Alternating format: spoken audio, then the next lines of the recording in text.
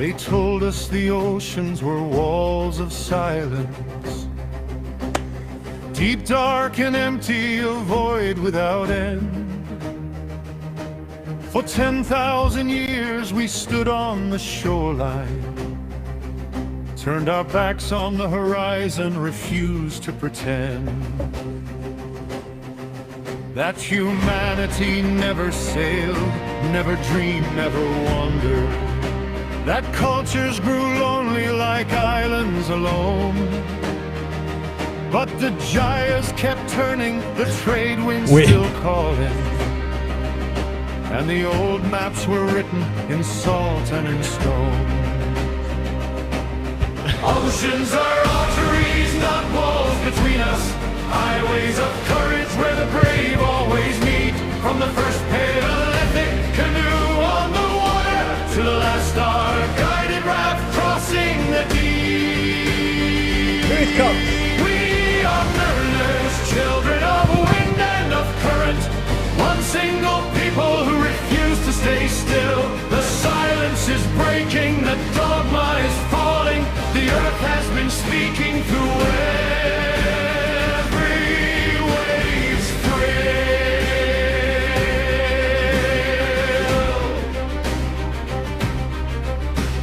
Cedar fleets rounded the Cape long before Caesar followed the Canaries where the current runs west. Skin boats of the north rode the same endless river that carried the Norse to the vineyards and rest. Sweet potato spoke in the same tongue in two words. Chicken bones whispered of voyages done. Pyramids rose where the same stars were watching. Serpents and feathers told tales of the sun. Oceans are arteries, not walls between us, highways of courage where the brave always meet. From the first Paleolithic canoe on the water to the last star-guided raft crossing the deep. We are mariners, children of wind and of current, one single people who refuse to stay still. The silence is breaking, the dogma is falling, the earth has been speaking through every wave's thrill.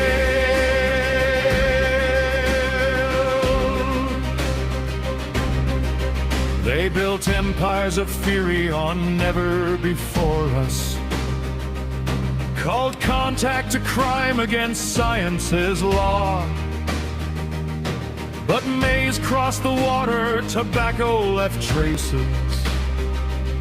Jade mirrors remembered the faces they saw.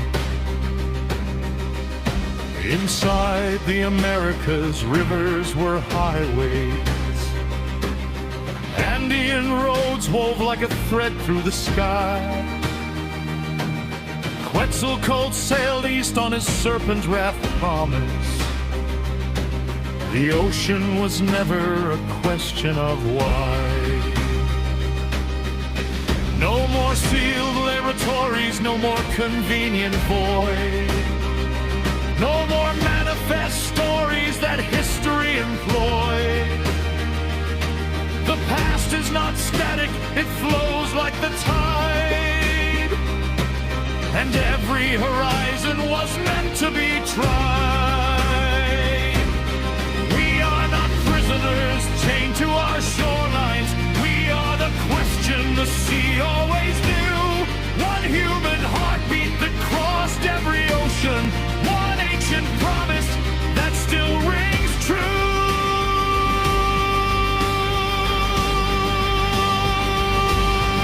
Oceans are arteries, not walls between us.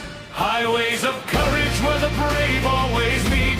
From the first Paleolithic canoe on the water to the last star-guided raft crossing the deep. We are mariners, children of wind and of current, one single people who refuse to stay still. The silence is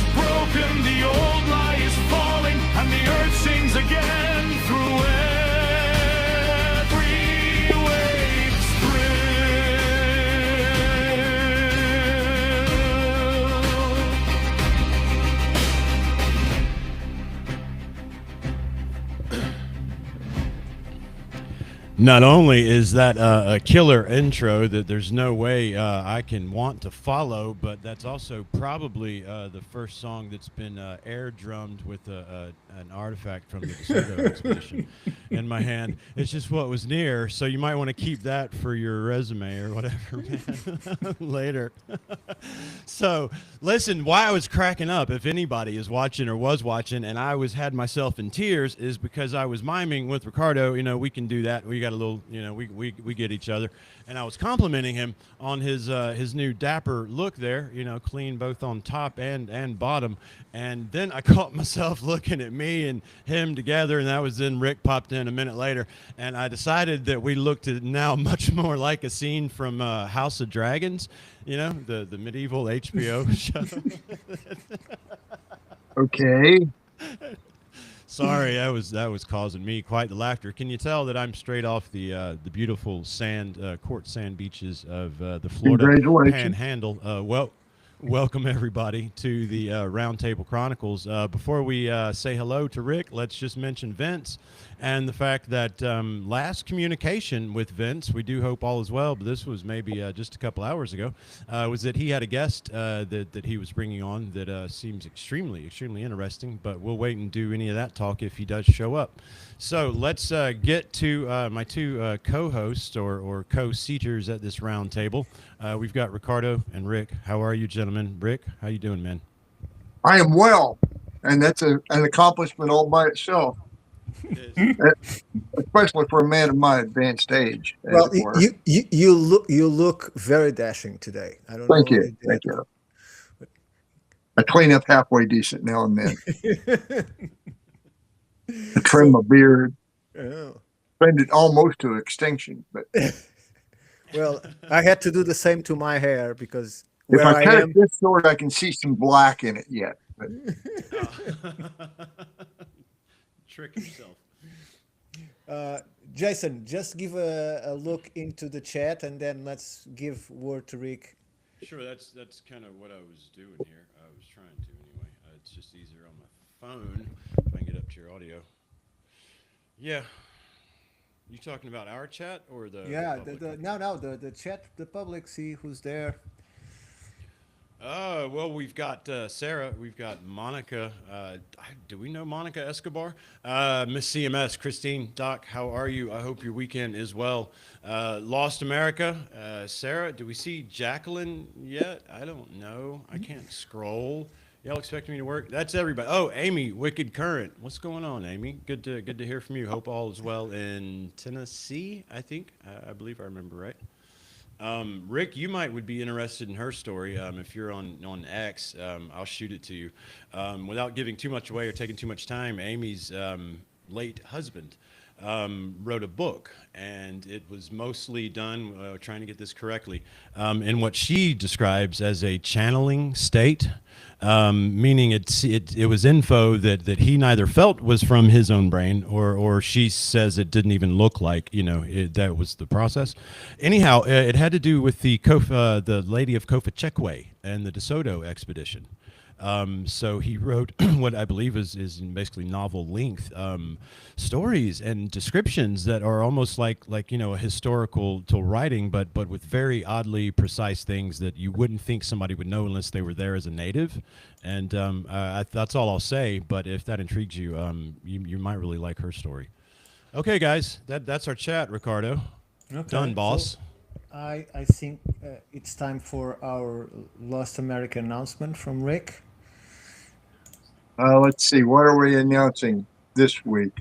We're all but finished on episode 11, ready to load up. 12 should be out in the next week.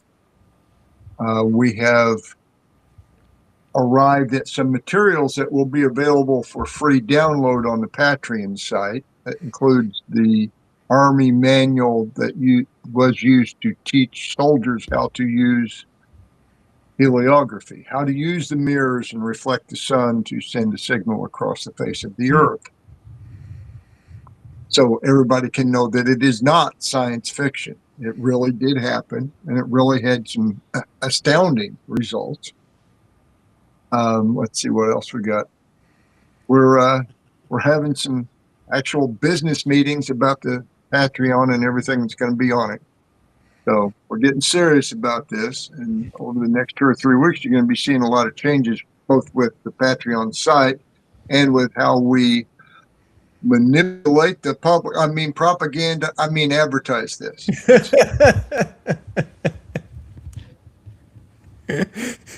Tell me one thing. I know that there is one episode where you are unpacking mirrors to do an experiment. Is there an episode where we can see that experiment being done? Not yet. No, but that is one of the things that will be part of the Patreon site is encouraging and enabling the public to help in a grand archaeological experiment to test all this. Organized over a distance, in fact. Okay. So you already have the mirrors, you just didn't did the experience, yes? No, everybody's got a hand mirror. That's all you need. Actually, you need 3 to do it well. In the daytime, to do sunlight, you need 3 mirrors. 2 of them are on a fixed rotation, and 1 is used to actually send a signal. The other 2 make sure that the sunlight gets to the one you're using to signal. Mm. If you go to Patreon, once that's loaded up, or I can go ahead and send you the link. It's a free PDF for the tech manual. And it gives you the entire, everything you need to know about the Army's version of heliography, which is virtually the same, except that they used Morse code instead of Polybius or whatever the Native Americans used. Okay. And I'm going to call it the Quetzal Code. Not Quetzalcoatl, the Quetzal Code. The Quetzal Code. Okay, it's a good name. Let me see if no, Vince didn't reply, which is weird, because we are doing this because Vince is better available on Saturdays, but I hope he's all right. Yeah, hopefully he'll come in. I got some interesting Quetzalcoatl local background lore this weekend.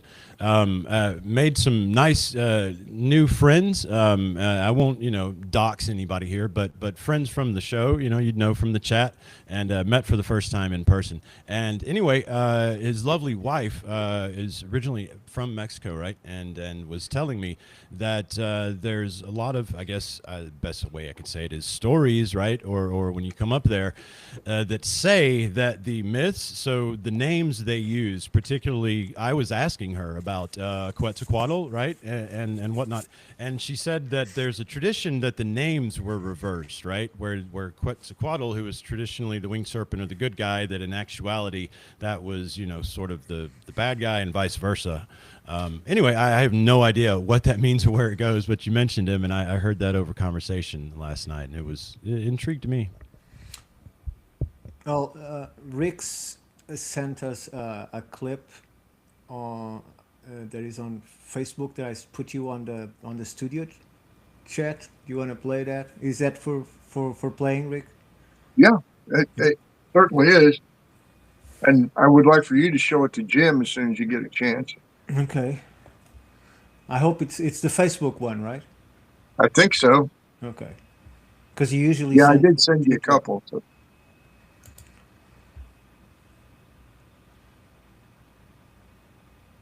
Let me search the other one. Where is the other one? So one of the things that was in the news this week for archaeological stuff, maybe big and important news for us, compelling evidence of a second Sphinx at the Giza Plateau. Yes, that I put in my paper and video 3 years ago. Yeah. Really? But again, it's much like the deep well radar scans that went kilometers deep for the pyramid. They're not quite that drastic on this second Sphinx, but they are a little bit more drastic than I think they can actually achieve from what I think I know about the satellite-based radar. Do either of you have images to share? Because I'm probably in most audience's perspective where I know what you're talking about, but I only saw a flash, right, about it. And then I saw another flash story that said, hey, this is a bunch of woo, just like the, so-and-so last time. So, what are we looking at, or can you give us just a little more info? Okay, let's just a step back. Is this from the Italians? From what? The Italians, the same ones of the underground It- structures of the It's pyramid? just, yeah, they collected the data. Yes. Ah, Well, actually, it's a separate company using the same approach Okay. to gather the data. There's now been two companies acquire the same type of data, and not just for the pyramid, but for this Sphinx, supposedly. I wasn't there to do it, so I don't know for sure. if I can find something. Yeah, But I'm looking for the story link too. Sorry. the images, the radar images are pretty interesting, and the hypothesis is compelling, partly because of the table of Tutmos that shows two sphinxes tail to tail. Mm-hmm.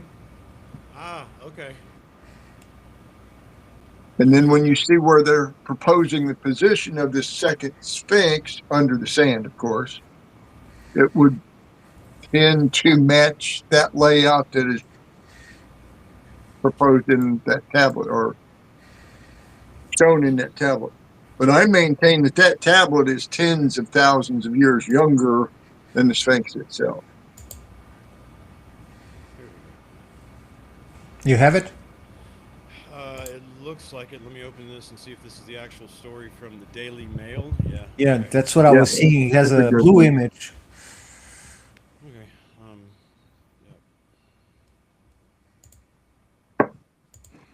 Yep. But then the other thing I sent you, Ricardo, was about how the people who designed the Great Pyramid understood the that's the oblate link. nature. That's the link that I sent for him to share. Okay. The guy talking about the pyramid. Is that what we're moving on to? No. You are going to share that blue image or What do you mean by blue image, dude? on the Daily Mail news? Yeah, Daily Mail. That's what I'm looking up. Correct. Sorry, I didn't know what you meant by blue. Yeah. There's a blue image. Second Sphinx. There we go. Yeah, I just found it in our Discord channel. I remember that's where I put the link. I couldn't remember who published it. Okay, here we go.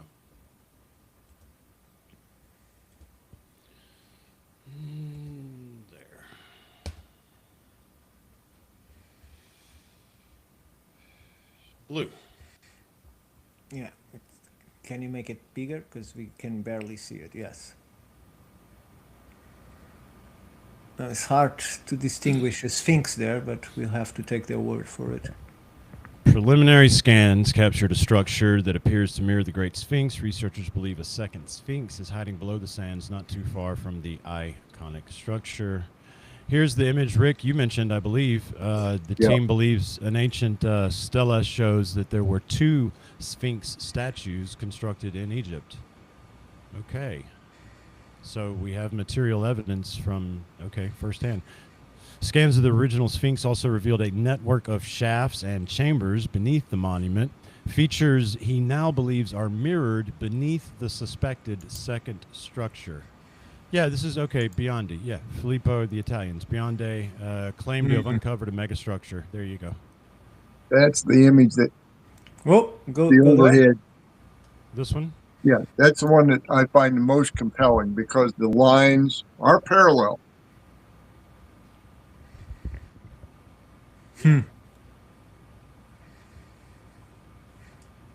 Okay.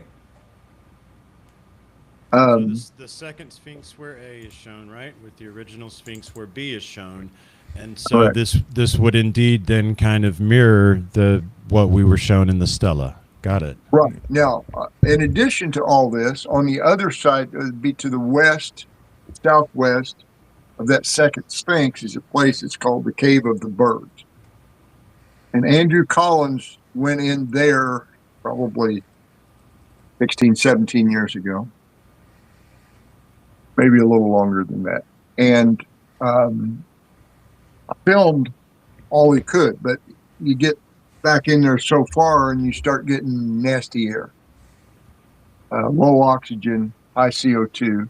but it might be an actual access path to the passageways and shafts that are shown in this radar scan. So I'm not committing to this actually being real because of the nature of the radar and showing those shafts the way they do. Right. I am, however, not ruling it out by Sure. any stretch. No, I mean, especially when you give me, I wasn't aware, as you told us about the Stella before we saw it here. I mean, when you have firsthand accounts, right? I mean, and then you have, yeah, like you said, this image is, I'm with the guys that I would be digging. I mean, there's something there. I'm not sure I would go as permission of the Egyptian authorities, but right, but just saying, just looking at the image, right? It's my way of saying I do indeed see something that appears to be non-natural, right? But I don't know that I could say Sphinx or no. But you show me that firsthand Stella, man, and why wouldn't I at least assume that's the possibility, as you say, and go take a real look? well, yeah, and there are other tools besides ground penetrating radar, whether it's satellite based or ground based, that can do a far better job of detecting what is under there, whether it's voids or whether it's stone filled with sand or whether it's just sand. And I can think of 2 or 3 different technologies that are actually pretty easy to deploy, and then the data is not too bad to reduce. Well, when I did my research about the Mokatan Formation, that it's where Giza Plateau is, and so on and so forth, I'm Hey, gonna there's events. I'm gonna share. There is events. Hey, dude. Hey Hi, guys. Vince. Hi, good evening. So this is where people thought it was before they built this, but it was much more destroyed than the one that still resisted. Yeah, that was one of the places that was proposed, but they never found any evidence for it Yeah. other than there had been some kind of a little temple there. You can kind of see part of it there at the very So forefront. this would be the temple, and Yeah, here would right there be, at the end of that red line. yeah, and there is also But it turned out to be more of a causeway and possibly at one time a flooded canal way all the way from the river to the Great Pyramid. it'd be around here, this area on the other side, that is was then built.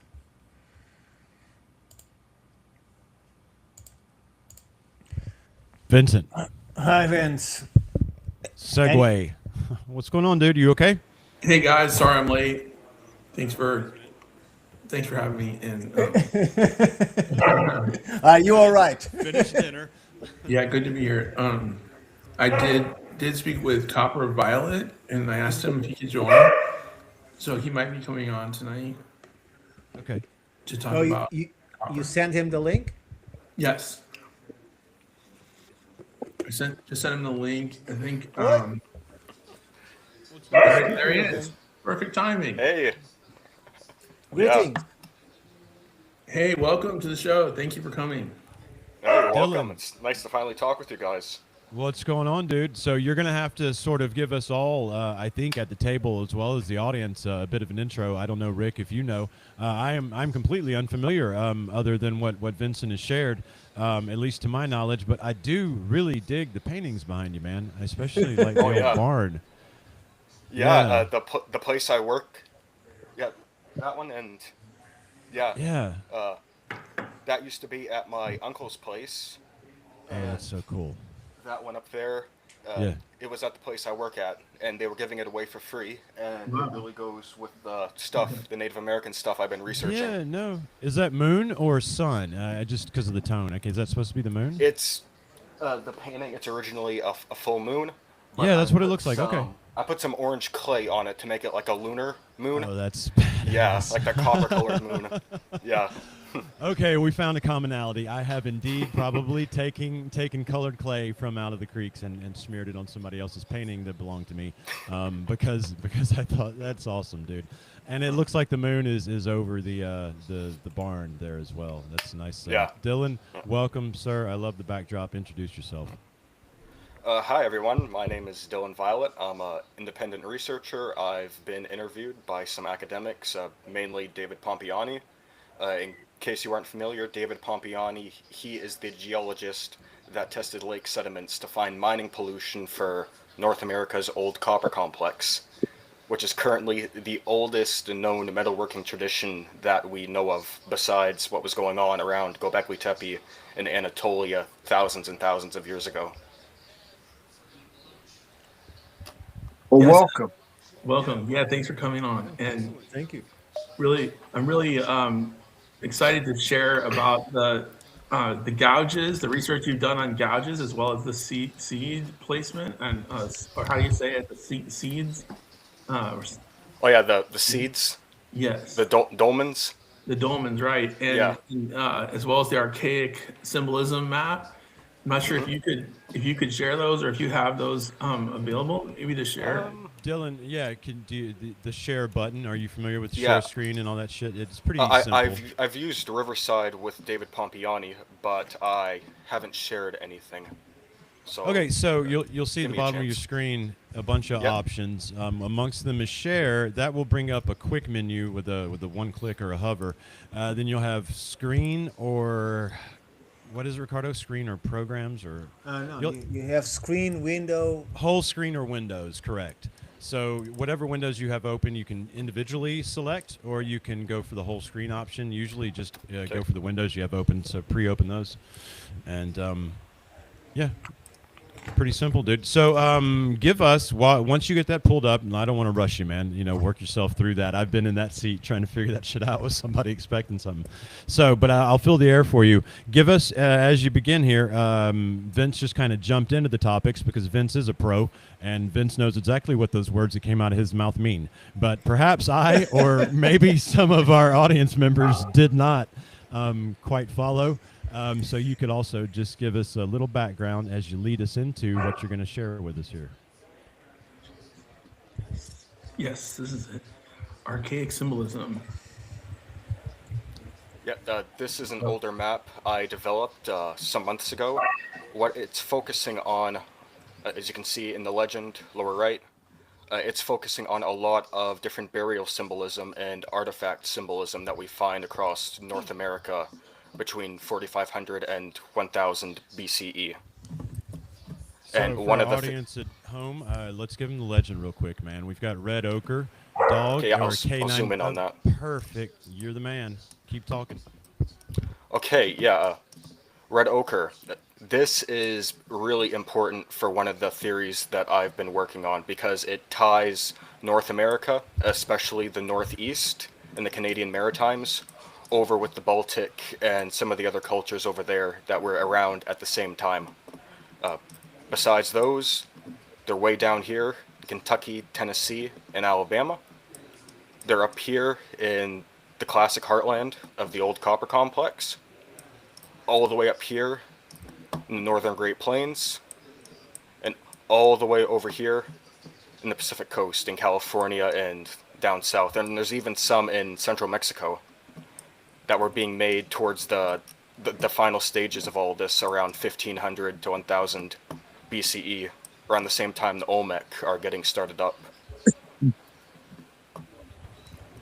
Okay, this is- go ahead. Go ahead. Whoever. This Okay, is yeah. important, I guess, as a product. They mined red ochre and used it for color or pigment. What's Correct. important about the red ochre is it's being found in burials. That's the really important. Like all of these sites that you see, like here, there are thousands of documented burials down here, and a lot of dog burials too, and a lot of those have red ochre sprinkled on them. Around Wisconsin, we find the same thing. Northern Great Plains, exact same thing. California, same thing. It's the same thing across the continent. And what's interesting is a lot of these are associated with shells, either pendants, huge necklaces, little trinkets like scrapers or tiny gouges made of shells, or like we find here in Kentucky, Tennessee, in northern Alabama, or along the coastlines, huge mounds made almost entirely of shells. And this is associated with the old copper complex because it really overlaps, right? There's a lot of Yeah. There's of different regional groups, but the old copper complex, they were one of the main players back then for North America. And especially here, like from the northern Great Plains all the way to the East Coast and down here to northern Alabama, they had influence over all of that. right. So it's basically a trade route we're looking at. I mean, Yep, this, and I have those mapped out here. Like all these lines, like here's the color coding for these. Like yellow, they're importing shells from the West Indies. They're getting abalone all the way from Southern California or the Pacific Coast. And they might be getting dentalium shells too from the Pacific Northwest. And yeah, you can even see up here. They have red ochre burials and shell mounds too. Yeah, I was just hiking on some dunes yesterday. That at shell mounts were everywhere down on the Florida Panhandle. So that's the northern Gulf Coast. So Yep. was there? There it is. I was looking for the date. You were zoomed in on the map of the Okay. time period. Okay, I see it now. Thank you. Yeah, and I just want to emphasize that everything you see here, like if you're looking up here, northern Great Plains, where the people were hunting bison, you can find red ochre burials there throughout that entire time period. Pretty similar thing over here, especially with the Canadian Maritimes in New England, like from roughly 3,500 to between 3,500 and 3,000 all the way to 1,000 BCE. They're doing red ochre burials here, especially down here. This is shell mound, archaic territory. What these people are known for is importing a lot of shells from the Indies and all over the place and making huge burial mounds made of almost entirely of shells. Tell me one thing. You Yeah. stopped at 1000 BC because that culture stopped, because the copper stopped being used, or just because you just measured until that point? Note the 1000 BCE date, that is the traditional end for the archaic. After that, it's the woodland. And the main defining thing for the woodland are the mound builders around Ohio. That's when that tradition gets started up with the Adena. And we Wow. see a lot of pottery and early agriculture spread into that area also. Rick, you have any comment for us? Sorry, Vince. Yes, I have several. I'm going to start with the Florida Panhandle and the copper trade, the red ochre, and the ceremonial burial of dogs with red ochre Yep. all along the Gulf Coast, but it seems to be more concentrated in the area around Pensacola. About every platform mound around there had those features, all the way down to Crystal River, maybe beyond. The conch And, shell, which is the main one traded out of the West Indies, went all the way up into Canada. Yeah, and even during this time, the Middle to Late Archaic, which this is focusing on, we find conch shells all the way up here around the Finger Lakes. Yeah, and you find silver from Nova Scotia all the way down into Louisiana. You find the copper, of course, pretty much everywhere, as well as the Yellowstone obsidian, and you mentioned the abalone, which isn't as prevalent in the Midwest as the conch shells are, but it is both are here, as well as Yeah. Southwest Pacific cowries in White Shell Provincial Park. Now, But what that's year a whole are... different story.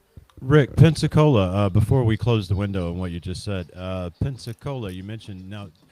You said the red ochre and the dog or the canid burials was what was concentrated around the Pensacola area and the Panhandle. Yeah, it seems to be, I won't say that it's ubiquitous, but it seemed Right. like there were more documented cases of it there. It doesn't mean there's more cases, just more documented cases Got it. in the Panhandle than in most of the other coastal areas. May just be who was digging too. Yeah, no, definitely. We would have to look into the history. I just know, Pensacola on the whole Panhandle, when you're just talking about the beach, is a very different beach due to all of course, the natural phenomena going on there. So when I hear anything different about Pensacola and the natives, it just perks my ear. Thank you, man. I wanted to point out the copper trade and the banded slate trade you have identified on here. Banded slate looks like it's in blue, those blue lines. with arrows, right? And Yeah, copper yeah, is orange. yeah. Copper is like these ones. Okay. Yeah. And that's amazing. They seem to be going to Cahokia Mounds. Is that a center where these are headed to? No, though this is long before Cahokia was even around. Okay, but Uh, I mean the location, the general oh vicinity of. yeah, yeah. They're sending copper down here, and it's been found at multiple sites. It's been found in rock shelters. It's been found in, like I mentioned, burial mounds. A lot of people have just been finding it in farm fields. That was actually really common back in the day during the 1800s. Right. That's amazing because I used to volunteer at Cahokia and there was so much copper, banded slate, the obsidian. I mean, that was a major trade hub, and these lines seem to really conclude that it was headed there for a Yeah, it's long. quite the rainbow road heading into that general area, isn't it? Yeah. Well, it's where all the Yeah, rivers came together. yeah. You have the Ohio River coming in. You have the Mississippi coming in, and this area right here, the confluence. That's where the earliest evidence for like And the early Missouri and the agriculture. Illinois. Yeah, like that And whole confluence area. and the copper that is found is in any particular state, or is just unworked still? Oh no, they are finding a lot of like pretty much almost anything you can imagine. Everything from spearheads to like ingots and worked pieces. Yeah, ingots. That's more what I was looking for. Do they find And ingots fish in hooks this? and awls and earrings Oh or yeah, hoops and And plates. Yeah, yeah, yeah, yeah. everything. They're finding all that. And So like for the ingots, the main place where those have been found are like up here, northern Wisconsin and Keweenaw They're not. Peninsula. I think, yeah, yeah. We have Michipicoten Island over here. That's another potential mining activity site. But so right so now, i- the is main it? evidence. Go ahead. Go ahead. Okay, the main evidence we have for mining right now, it's based on mining pollution from isolated lakes that don't have water flowing into them. And the main ones that have been tested are the Keweenaw Peninsula and ones on Isle Royale. And And do these they places have are an also estimate for the amount of copper extracted from that pollution? people have put out different theories from millions of pounds to a few thousand to even billions. The problem is the copper veins. There's different types of copper, and the copper veins they aren't pure. Like you could have a giant vein, like almost entirely filled with copper, and then you get to another one that looks almost identical, but there's mostly basalt or other rocks in there. And another issue is a lot of the copper, especially copper that was picked up by the glaciers and deposited in northern and eastern Wisconsin. It's hard and it's brittle. It's not really good to work with. It Okay, has to be annealed, but they knew how to do Yeah. that. Apparently, Oh yeah, they obviously, they knew definitely how know to how to do do that. it. Yeah. But the so float copper, what they picked up off the surface, is nearly pure copper, Yeah, that's right. Yeah. Yeah, like there's literally 99 and 9/10% pure copper. But yeah, the it's some of the purest uh, yeah, like the highest most purity common, naturally occurring copper on Earth. yeah, so and and silver being the most common contaminant. and Yeah. and and if I understood correctly, you're working with at least one academic on this topic, right? I've been interviewed by the guy who did the lake core sediments. I was on his podcast, but I'm talking with other academics and avocationals affiliated with universities around Lake Superior and Wisconsin and Michigan to help figure this all out. And so, what is? Can you tell us what is their opinion regarding where all of this copper went to? Uh, the main theory right now, which I I have my issues with it, is all the copper. It's all scattered. Like most of it's in Wisconsin. You know, they're saying it didn't go anywhere else. It didn't like come down here. It didn't go over here or up here even up here, and it's especially they don't think it went over to Europe. But I'm more open-minded than But that. it's been found, I mean, in the southeast. I mean, United States. Yeah, I mean, it's definitely went down here. As well as in the Yeah, it's- Caribbean and Mexico. Yeah, Right. it's been down here. And I think where Ricardo was leading was where you stopped last was the European connection.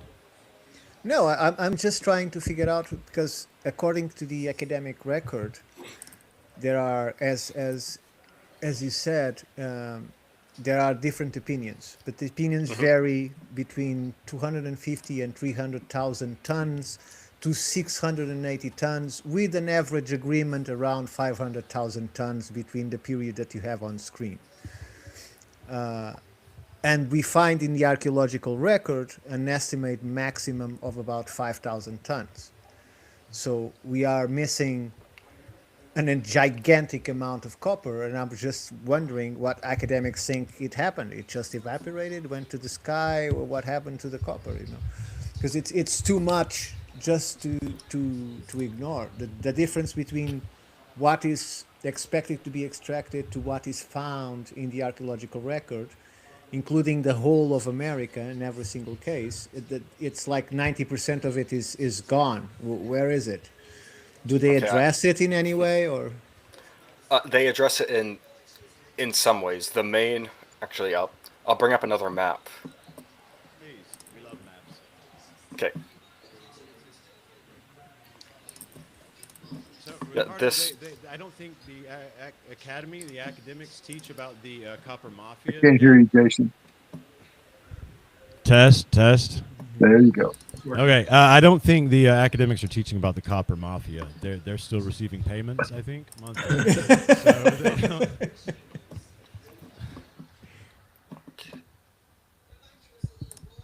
Okay. Now, this is a work in progress. I was tweaking with this today, but I still have some things to add to it, so just keep that in mind. Sure, of course. Every work is a work in progress, especially in Yeah. investigations. So. Oh yeah, definitely. we're just happy to have you, man. Independent, researcher and investigator, dude. So yeah, just relax and show us what you got. This is great. Pick it back up, Jason. This is great. Sorry, man. It's really about the gist of what I said. So relax and take it easy and just continue showing us your work, man. This is good stuff. Thank you. Yeah. Okay, definitely. so one of the biggest issues, the main area and era I focus on the Great Lakes and what northern hunter-gatherers were doing way back when, throughout pretty much this time period, 8,000 to 1,000 BCE. I'm familiar somewhat with the Hopewell. I've researched them, and I'm less familiar with the Mississippians and the fur trade, though I have dabbled and I'm starting to get into that. But what this map is focusing on are the recovered and discovered artifacts of the old copper complex, the oldest metalworking tradition in North America that we currently know of. The majority of these were initially found in southern Wisconsin during the 1800s when farmers first started plowing their fields, and during the building of, like Chicago and other small towns along the rivers. As people started exploring and getting the forestry industry started, they started finding copper, hidden in giant tree roots. They were found to get eroding out of gravel banks, sometimes with skeletons. And as people started exploring the waterways more and more and establishing more permanent settlements, like pretty much any place they looked, they were finding copper artifacts. And even today, one of the colleagues that I've been talking with, Larry Furrow, he's been researching this stuff since he was a kid. Since I think it was either his mother or his father that had discovered a copper spear point while they were out fishing. And they thought, for certain, it was Viking or something. Keep going, Dylan, but what hits my mind, Vince, just a note for you, and Dylan, first a question. Are you familiar with online Jeff up north and his Online work? Jeff? No, it's Jeff up north is his name online, right? He's a friend of the show, friend of the community, and he's up there in the UP, and he's a young guy, does a lot of great work. So Vince, you should put these two in touch. Yeah. Yeah, for sure. Well, Well, I guess just to clarify, the red dots, the red color is more intense copper findings. Yes, I have this as a heat map. I have a GIS database, like the same thing that all archaeologists are expected to use if they're really serious about this stuff. Okay. And I have each artifact, and I compiled them to give a heat map. And here's the legend for how that works. Darker is more, lighter is less. Okay. That's The interesting. most have been found in Wisconsin and Michigan's Upper Peninsula, but people have been finding them down here in southern Michigan. They've been finding a bunch in Minnesota. This is And areas people- mined or actual copper found? These are copper finds, whether it's bracelets, beads, ingots, work pieces. It's pretty much all items either confirmed or very suspected to be affiliated with the old copper complex. And do they name the tribes that would be doing this? This is so far back, we don't really have any idea which tribes would have been here. It's just speculation at this point. So no one remembered to ask the actual indigenous people. They would tell you who they were. Well, some tribes have been asked, especially the Ojibwe. I've heard different pronunciations about that, so if you've heard a different No, one. it's fine. Okay, so yeah, the Ojibwe. Ojibwe especially. Ojibwe. They've been asked especially because they're right here, right near Isle Royale, like the main source of all this copper. And you ask them, and they'll say they've always been there, but the evidence, it doesn't really support that. It really shows them coming in from the east, which some of their own oral traditions describe. They come in from the east, like during the fur trade, and they wrap around the north of Lake Superior and settle down up here. So, like, besides that, we don't really know which tribes or what they would have called themselves at this time. Because I can tell you by my own experience that the elders that I talked to, they say not only that copper had little to no value to them before, beside being a trinket, they were not the ones taking the copper. They sometimes work for the people that wanted the copper, but they were not the ones taking the copper. So, and I don't see any academics mentioning that, which I assume they don't talk to indigenous people that much. No, and Because- even the historic fur trade era, a lot of the copper Native Americans were using was coming from the Europeans and the Spanish. Like, they were getting it through Right, trade. so was the like, silver, turning. even though they were mining their own. I do have Yeah. a couple things to add to your map.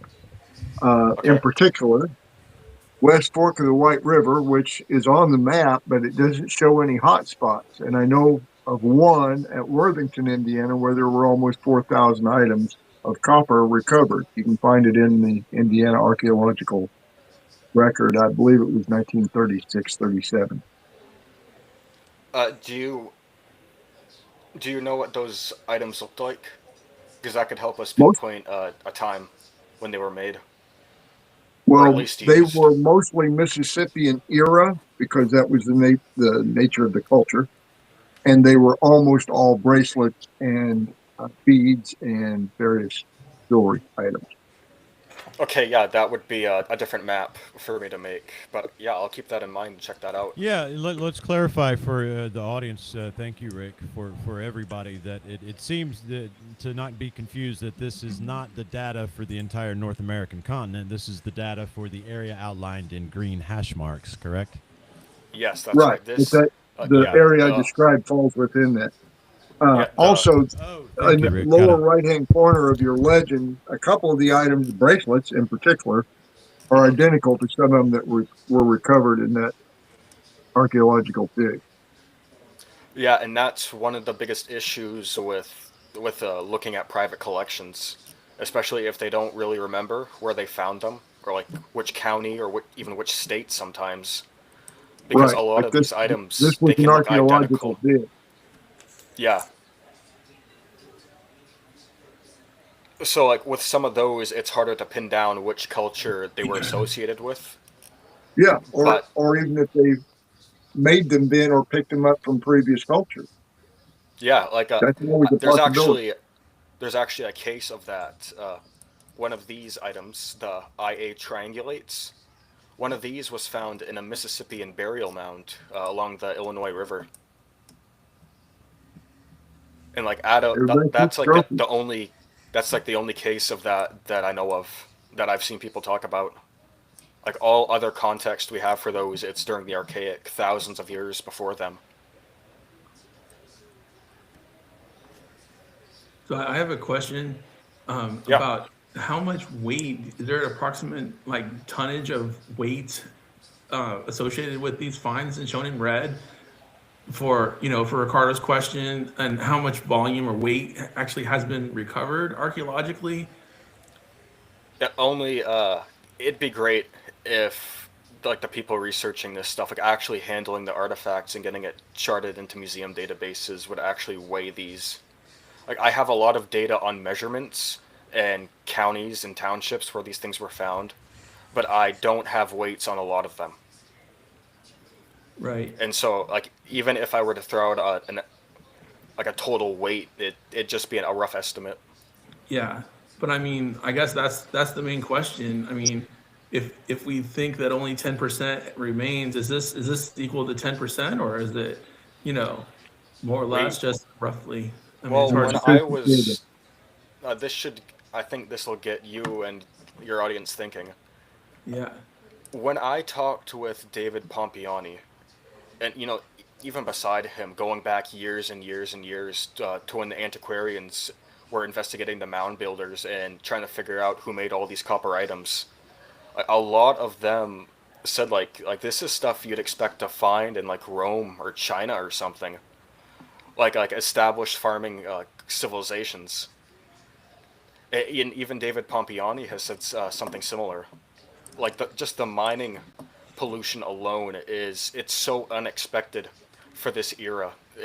Like you'd Yeah. expect something like that from Rome or China. Do they know when the Bronze Age ended? Yeah, it ends at different time periods for different regions, especially the British Isles. It ends pretty late over there, and also in Scandinavia. But in like Central Europe and the Middle East, it ends around 1100, 1000 BCE.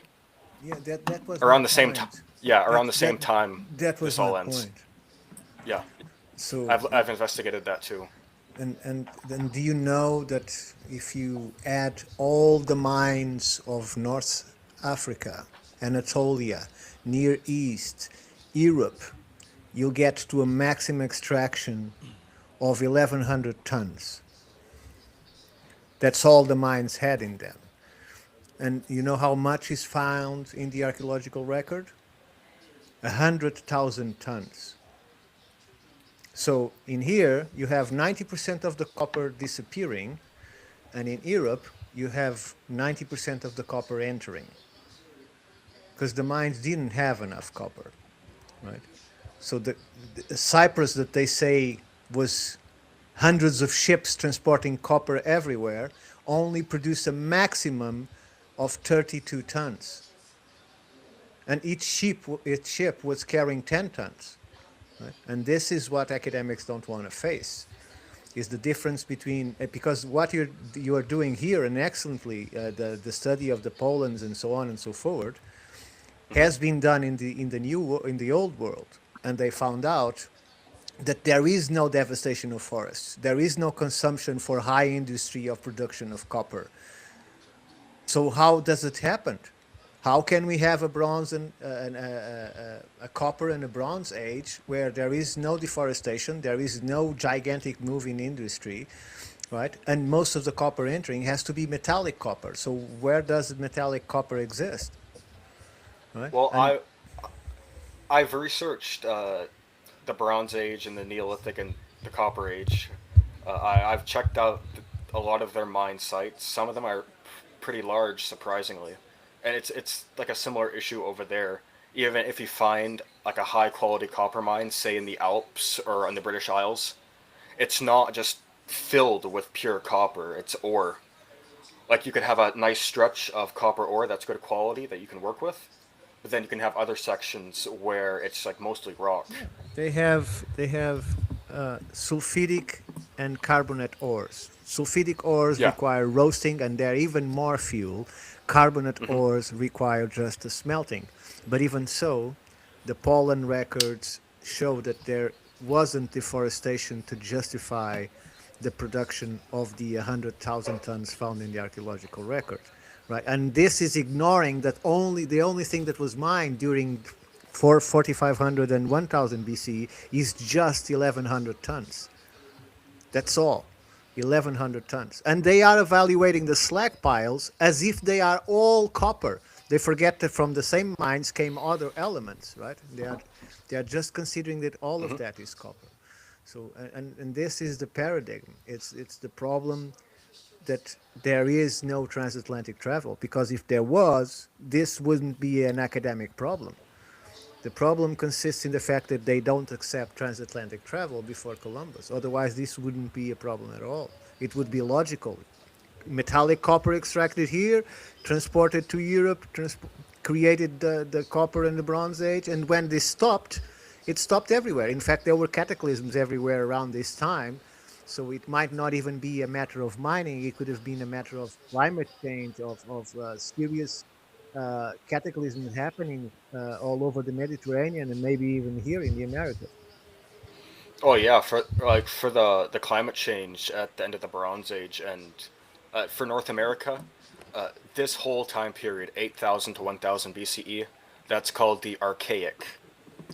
And at the between 1,500 and 1,000 BCE, we see a lot of megafloods along the Mississippi. If you look over in the Mediterranean, there is a lot of drought. It looks like different city-states, they're writing on clay tablets that have been found. They're talking about famines. They're talking about slave raiders, different groups fighting each other. Civil wars are starting because people are going hungry. There's even one tablet.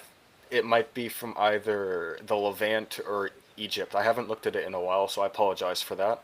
But it's talking about Egypt sending like a shipment of fish and for some reason some beads, some jewelry to help feed all the hungry people in some of the city-states over in the Middle East.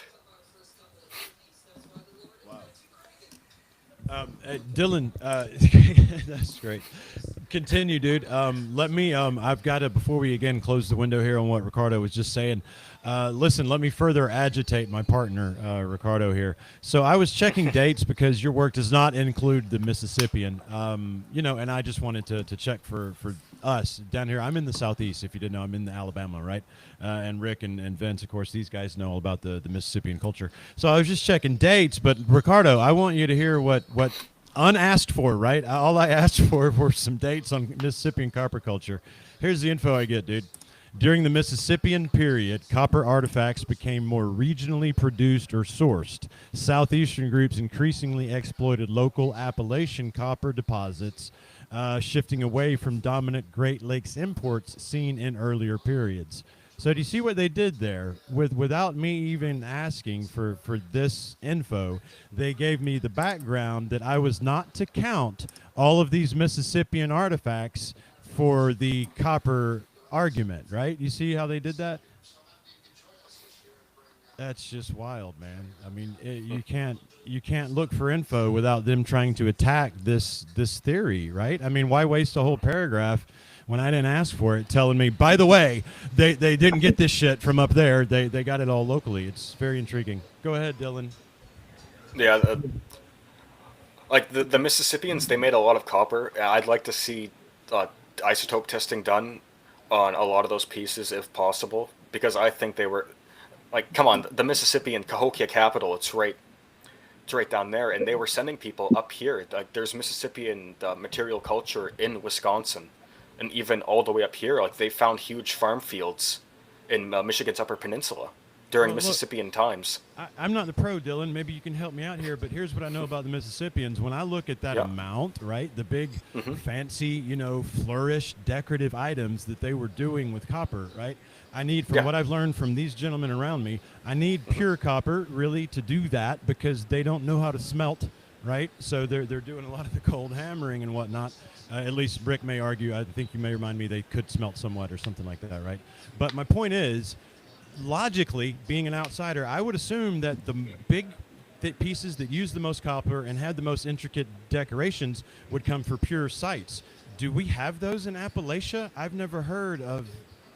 I mean, I'd imagine it'd be ore, right, guys? Is that correct or no? Rick might know. I don't know. I don't know of any native copper from the Appalachians. There are instances, small instances of native silver, but I don't know of any native copper.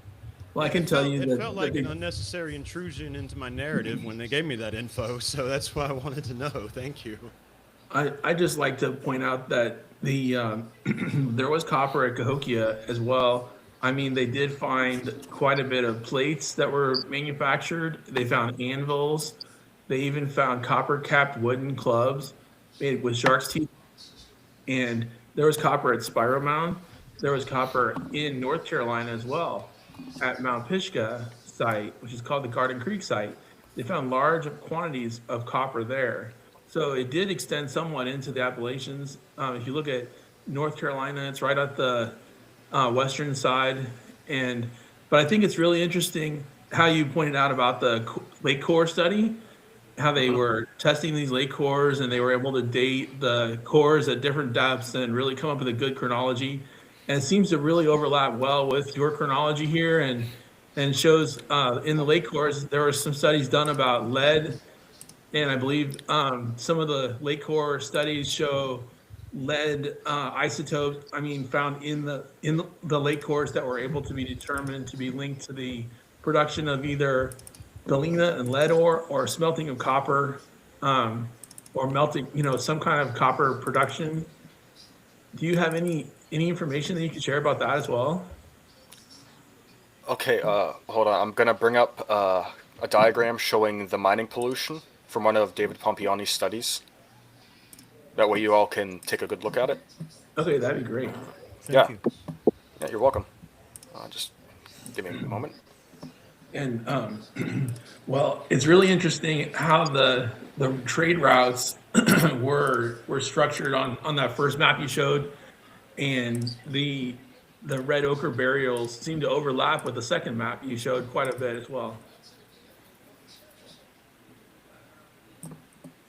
Okay, so what Can everyone see that? Yes.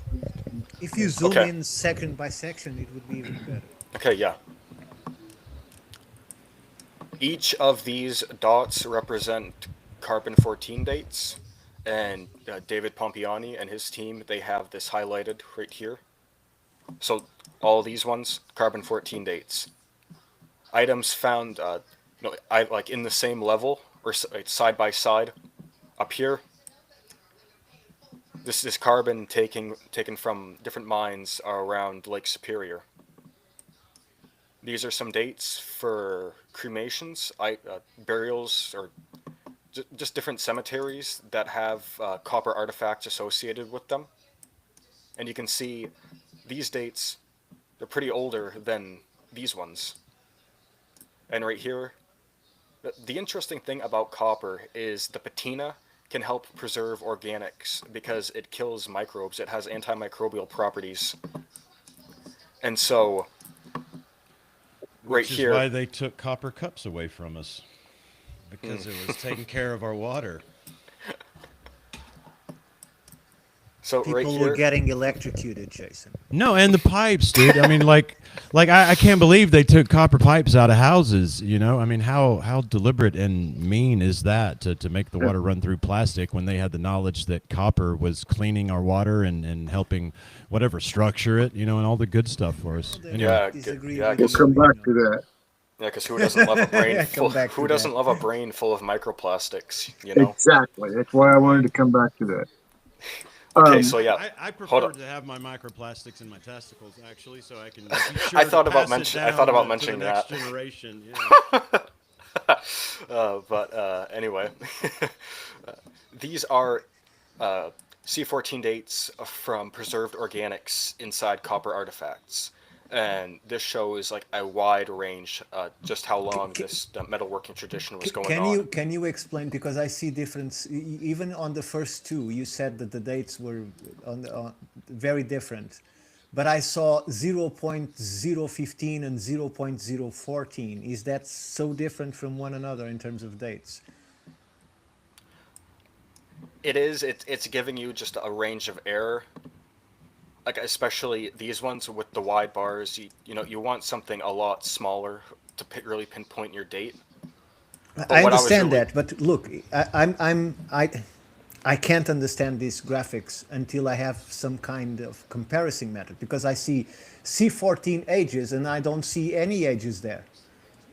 Yeah, I was wondering what is the range? Are they shown down at the bottom with like the? I'm ignorant, but I'm not ashamed to say that I'm ignorant. So I Sure. make the question because I don't understand what I'm seeing. I was working my way down Yeah, we Oh, can't thank see you. it automatically. Yeah. Oh, the ages are at the bottom only. Okay. Yeah, so- this is just one diagram from one of the studies.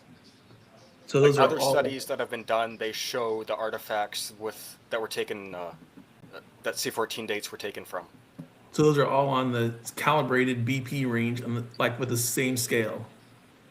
Yeah, like you have the stratigraphically associated and the mines. Follow that down, and you would line it up right here to figure out your date. Okay. But of course, the other studies, they have the date ranges. Okay. And the cremations, those are dating earlier. The date at the bottom is to be applied to every single graphic from that point on? Yes, Yeah. yes, they've all been synced up. Okay. And what David Pompiani and his team are showing here is there's a mismatch between the C14 dates from stratigraphically associated items, carbon from the mines, the cremations, and especially the mining pollution. Because what this is showing, especially this large black spike, that is lead pollution from Isle Royale. And it's showing the copper mining was going on a lot earlier than the dates from the mines suggest. And how do they explain that? They don't. Well, the Well, main it's true, they don't. explanation. Well, the main explanation right now is that the mining was going on earlier. Without it because showing in the graphs. Yeah, the theory right now is the mining was going on a lot earlier, roughly between. There are earlier spikes towards the end of the Ice Age.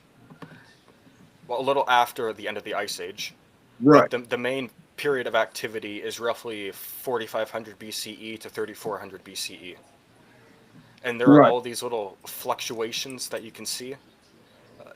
David Pompiani, he's interpreting those as natural fluctuations. But I'm kind of skeptical about that. Okay. Because there are a bunch of mining pits around Lake Superior that we have no information on, really. People have so- been Well, finding I them. have a couple of questions. Yeah. Where are the lead mines on the Keweenaw and on Isle Royale? Oh no, they're not mine. The lead is coming from the copper mining. Where I was going with this. They weren't deep mining 7,000 years ago. They were surface mining. The deepest they went was like 10 meters. And rarely. Yeah, rough. Yeah, there are some pits that are like between 10 and 20 meters, but those are rare. Like the ones that Yeah. are documented, those are incredibly rare. It's mostly, like Rick mentioned, surface mining. Thousands and thousands of pits. So where's the lead coming from? It's coming If from they the weren't copper. smelting ore, where is that lead coming from? It's coming from the annealing process when you have to extract the copper from the basalt. Because Okay. lead, it's one of the impurities in native Great Lakes copper. And so, and they've actually gone to some of the mining sites and they've been finding fire-cracked rock and hammerstones. So what you do Oh, yeah, is all over the you- place. But my question is going to this. How much lead is in that copper that they're hammering out of the... Because they're going for the highest purity copper they can find in those veins. 99.9%, which leaves Yeah, it's a 0.1% of lead. it's a very tiny fraction And it of Great isn't Lakes often copper. lead, it's often silver, or it's not lead, right? And Right. and the other question is, I see the spikes beginning right after the 10,000-year-old mark, right? Yeah, So these people had just crossed the Beringia, as they say, in butt flaps, and they decide to start mining, and according to them, doing analyzation to copper that creates lead poisoning of the lakes. That there's something wrong with that. Did you say they were wearing butt flaps? Yeah, that's what they say. They didn't have writing, they didn't know geometry, they were illiterate and savages. And all of a sudden, they are creating massive pollution of lead by extraction and doing processing copper that doesn't need processing because it's 99.9% pure and doesn't have lead in it. It just doesn't. But it does have to be heated after it's hammered, or it is brittle. So You know, the that butt would be flaps the might only actually part of the work process because that would release lead into the atmosphere, or in this case, into the biosphere. Either there is something dramatically wrong with this research, or it doesn't fit No, anything there's that not I've seen something so wrong far. with the research. The research is good. The research is very properly done. It is the interpretation of the data that I'm Okay, questioning. I agree. no, there Hey, is lead in Great Lakes copper. It's not. There are several different impurities in Great Lakes copper. There's mercury, there's lead, and a bunch of other trace Yeah. elements. It's But the only just copper in the world that has mercury because of how it was produced in Earth. Yes. yeah, the mercury is another one. Well, Because and osmium and a few other rare earth elements Yeah, that that are always cooked out during the smelting process or roasting yeah. process. And when you cook those out, even during the annealing process, when you have to heat up the rock to get the copper out, uh, that's gonna go into the air. Yes, there's just not very much lead there to cause what you find in those ponds. hey, do you And mind so if, do you that's one mind if, of. Oh, no, go ahead. sorry, do you mind if I pull up a screenshot? Can I share my screen for a second? I have Sure. sure. something that I think might be relevant and interesting to share. While you do that, I just want to say the extraction method of this float copper was basically to heat the stone and then put cold water into it, and the copper would jump out because the copper was on the face of the rock. Well, it So, would fracture the face of the rock. Yeah. yeah, and they would come Yeah, out. yeah, especially when Well, you throw cold water on it. Exactly. right. Okay, on the screen, this is another article by David Pompiano, but it has some additional lake core evaluation, and it just seems zoom, Vince, please. to zoom in. Yeah, Okay, we can see what it is. Yes, okay, thank just you. a second. You can zoom a little bit more. Okay, He's got to scroll. There you yeah. Oops, hang on. Sorry. Okay, so I'm trying to get it. go. No need to say you're sorry. Okay, so this is what David Pompiano also shared, and I mean this article seems to show a better correlation between what he's showing as copper artifacts and these lake core sediments, early archaic, middle archaic. He's got an archaeological timeline here that seems to show a good correlation between the mining and the lake cores. I can't put that on full screen. No, I can't. Okay, it's better like this. I'm sorry for the. It's random. It's random. Quit saying you're sorry for testing your producing Manganese. capabilities. So it looks like Keep playing. he had so Yeah, here you go. he had done some evaluation on lead and copper mining, and these seem to line up pretty well. I mean, I'm not sure if you had seen this particular article, but this one is called Lake Sediment Record Prehistoric Lead Population Related to Early Copper Production in North America, and it's by David Pompiano as well. Yep, that's one of his So, articles. so yeah, I mean, I was surprised to see that there was some discrepancy on those other studies, but this one seems to show that it was Okay, correlating. yeah. Yeah, these are the different trace elements that he documented when he was researching the lake sediments. Okay. And I guess he's saying that this is bound. I mean that there's a line. I guess he's showing here right around 6,000 before present that correlates with a peak of mining copper and the lake sediments that he's finding across the cores. See, I thought they seemed to line up, but Yeah, and that giant spike you see at the far right, that is historic mining. yeah, this is historic on the right. I guess it's kind of the same type of time scale, going back 10,000 years before present, and these are archaic times. I mean, they seem to be all in the early archaic or middle archaic, and correlating these cores with the chemical signature, which would indicate mining was going on during that time, and they were finding copper artifacts as well. Okay, and let's think that they are evaluating this from a copper perspective because it's the only thing that they know that happened, right? But taking the principle that copper mining would hardly create these levels of pollution, what else could be brought forward to explain this? Well, the main theory now is this was produced solely from like a small combination of background lead from just the environment. But like the main theory right now is this was produced pretty much entirely from mining activity on the Keweenaw Peninsula and Isle Royale. Okay. So, Ricardo, can you read those numbers? I mean, I'm not being facetious because I can't really, I don't know the math, and I know you're familiar with the measurements of the copper and all. Where I'm looking at 0, right? So that's where we're seeing evidence of these traces, or there's basically was no mining happening. What am I seeing? So on the left scale, you have the level of lead pollution, if I understand it correctly. And at the bottom, you have the age. So it starts at 10,000, 8,000, 4,000, 2,000. Sure. So how does the number relate to its proportion in the copper, I guess is where I'm going, because you guys are running with, saying that the mining there is cannot no explain. relation to the copper. They say it's related to the copper.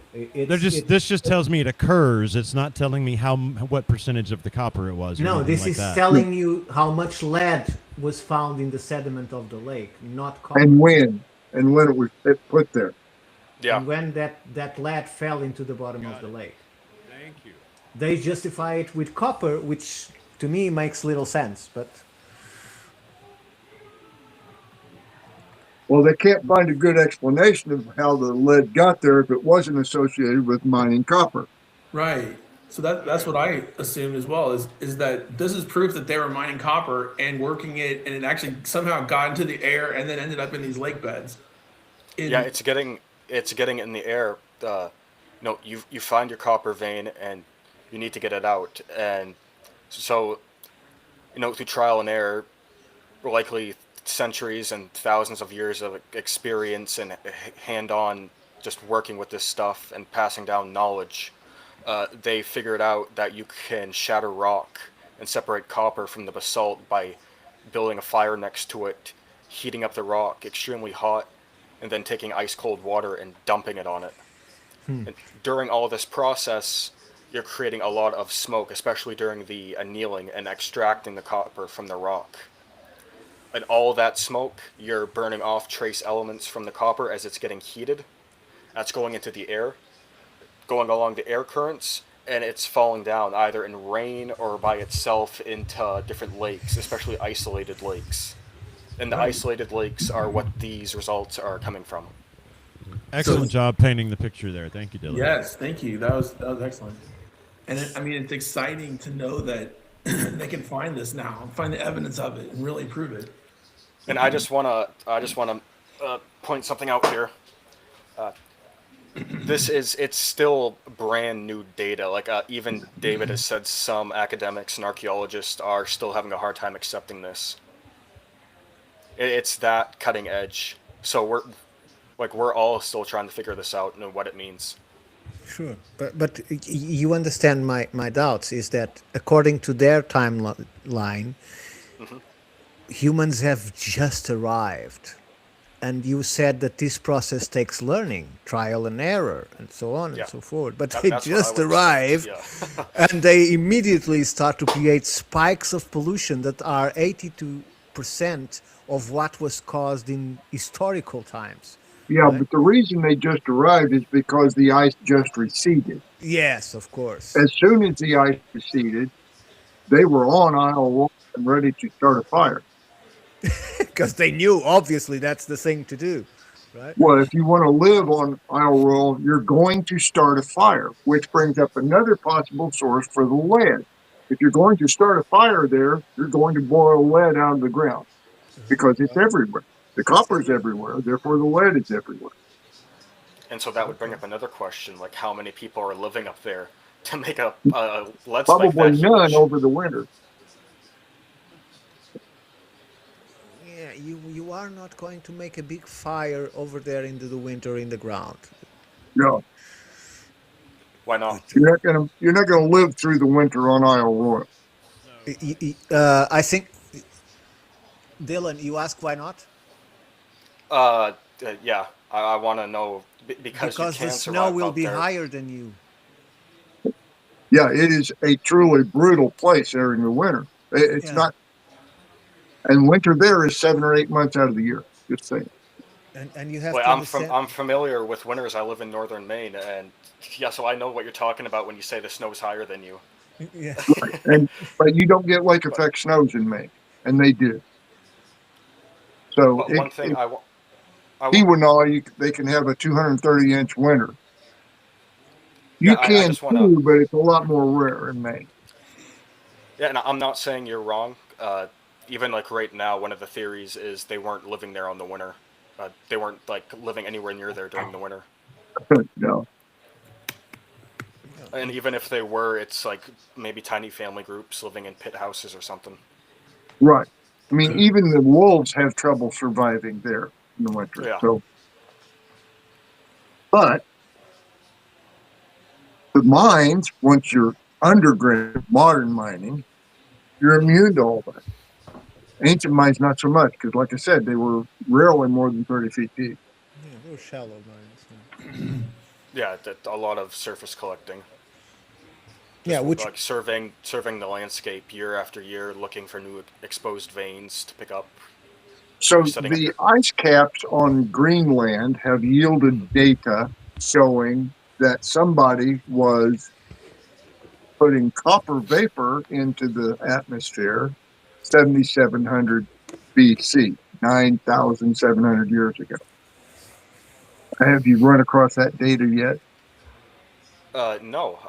Do you have a link to that paper? I don't, I'd but like I'll to. hunt it up for you. Yeah, I'd like to check But, that out. and of course, all of the archaeology says that copper mining, copper smelting was invented in the Levant 7,000 BC. And it's only I, 2,000 years difference. That's yeah, only, but I don't think they Yeah, were not first. much could happen. No. Um, But hey, can you, Dylan, can you pull up the information about North American seeds? Oh yeah, That sure thing. that map is really interesting. How it shows Lake Superior seeds and the New England seeds, and even into Nova Scotia.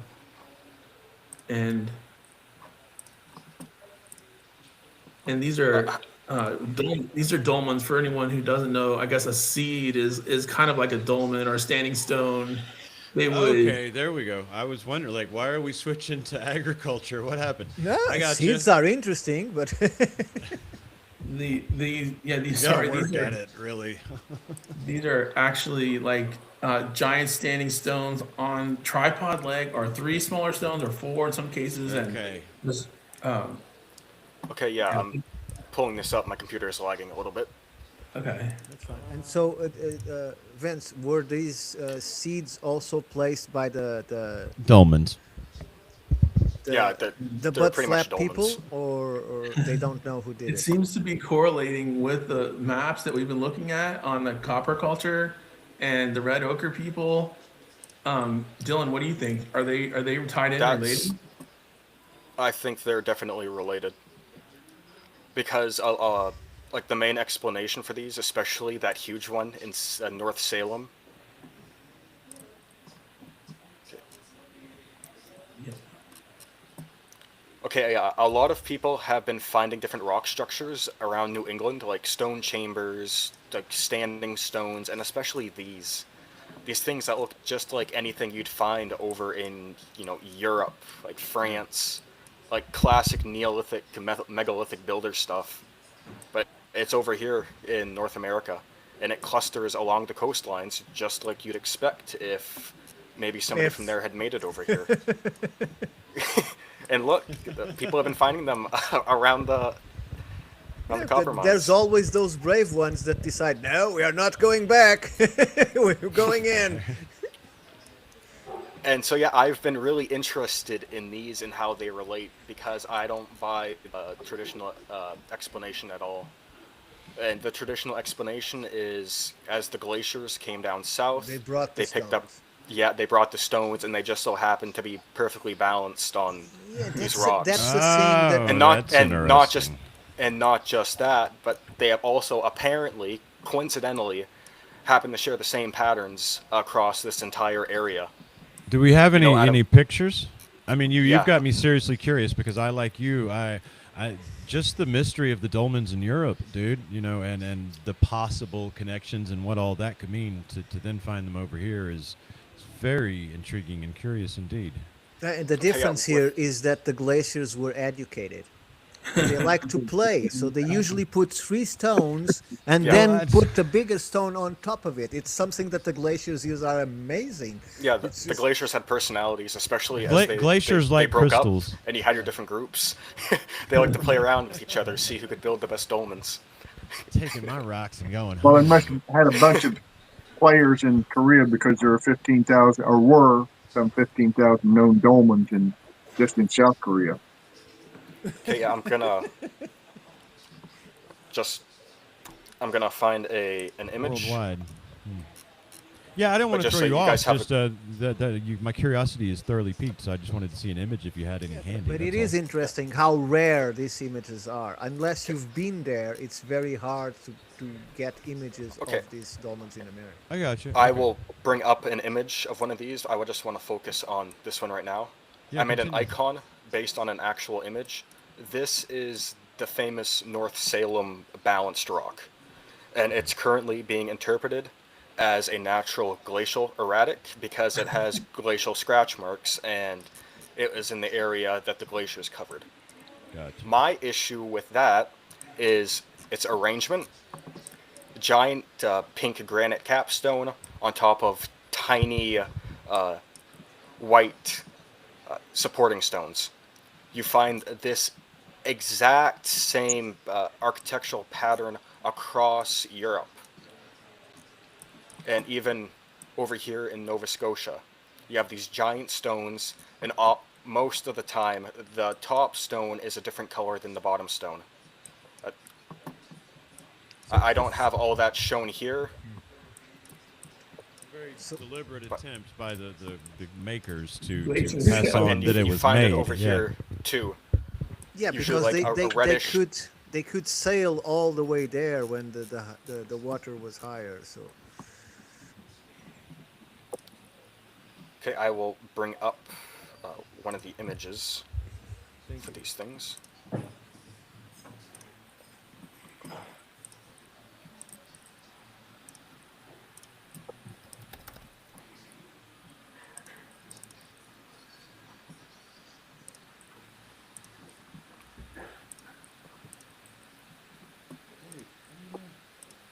Okay, here we go.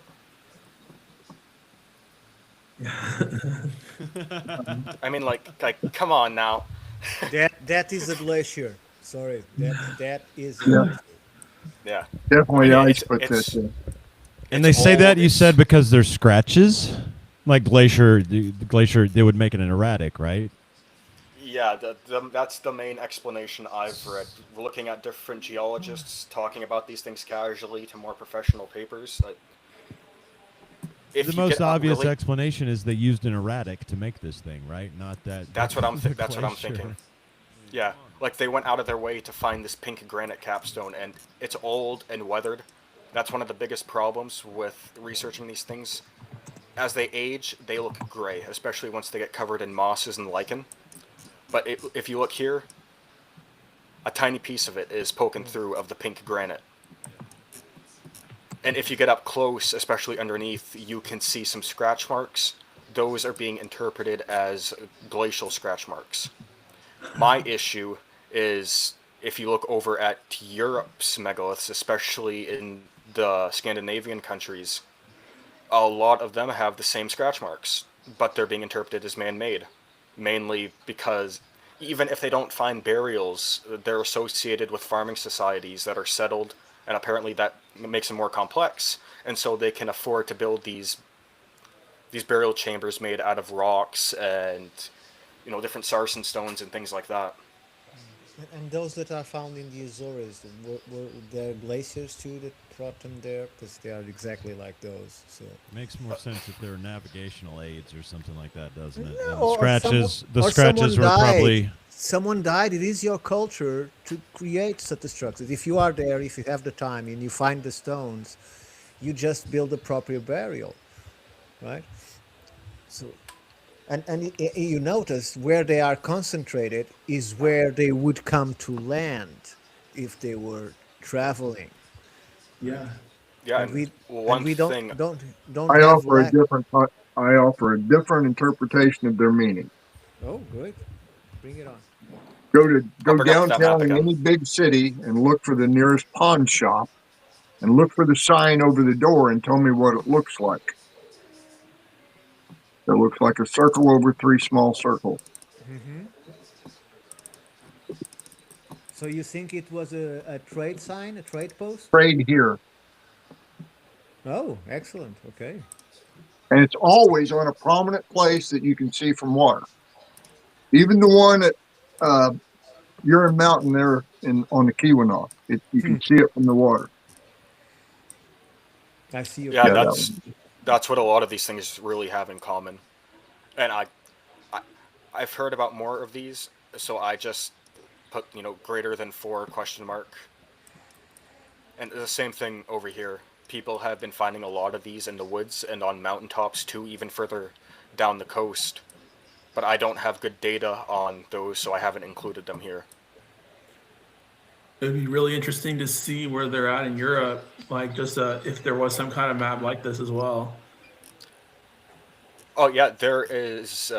I've researched Europe's Neolithic and the megalithic builders. That's one of my other areas of focus, and so I have data on that, and especially their different architecture, because what they've been doing over there is going up to a lot of these dolmens and standing stones, and getting out there at night with good cameras and good scanning equipment, and they're finding out that these things are covered in hieroglyphs.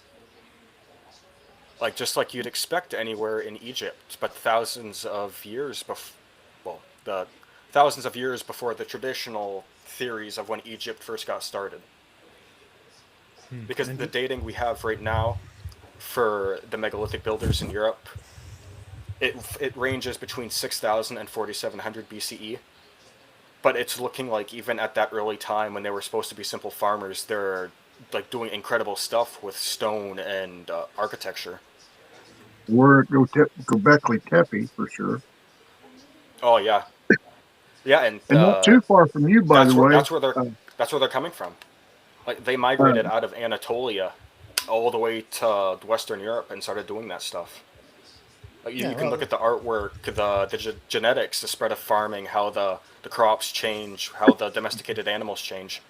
You can trace that tradition all the way back to Anatolia and Göbekli Tepe and that whole complex of sites. yeah, you'll find megaliths from at least academically speaking, which I don't think it's the limit, but from 8000 BC, you find some, and then it increases a little bit to 6000, and then has this peak around the 4000, and then starts decaying from that point on. So, but they are everywhere. Yeah, they're all over the world. Asia, they are everywhere. Thousands. It was They're a global cultural. The megalithic culture was a global culture. Yeah, they're all over Western Europe. They're all over Central Europe, Scandinavia, even up in northern Norway along the coast. There are dolmens being found up there. The Apparently, Arctic coast. there's been one found on Iceland. There are thousands in the Caucasus, some in the Middle East, a bunch, tons, hundreds around Jordan near the Dead Sea and in the mountains. There's a bunch in India, especially along the coast and further inland along the river valleys. And like what was mentioned earlier, there are thousands, like tens of thousands in Korea, and even some in Japan. Yep. You have the not, not Adam's calendar. You have Naphtali, for instance, that they they can go as far as 7,000 BC, which I think it's even older because they can't get a good measure. But that on that place, they already have a full knowledge of not only a few stars, but the complete knowledge of the behavior of the sun and the moon from that calendar. And we are talking about, as they say, 7,000 BC, 6,000 BC.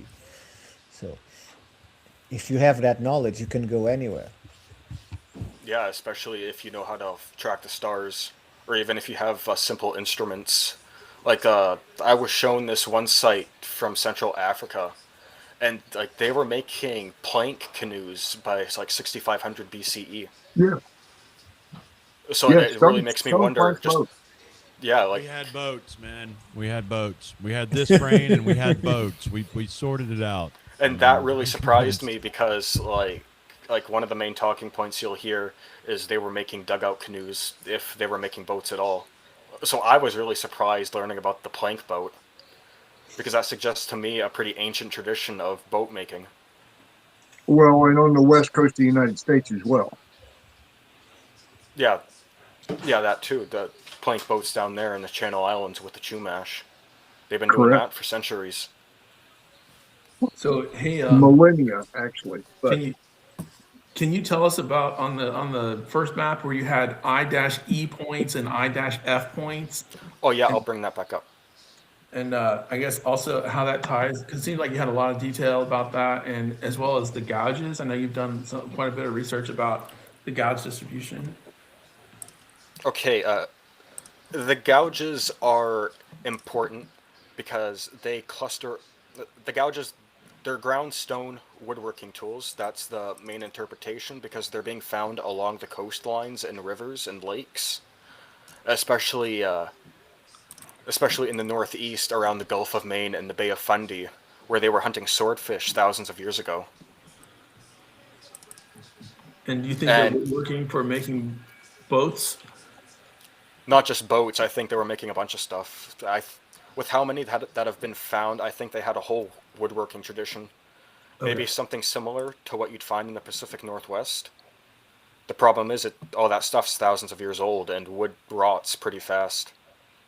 Especially when in a region like Maine, the freeze and thaw cycle up here is terrible.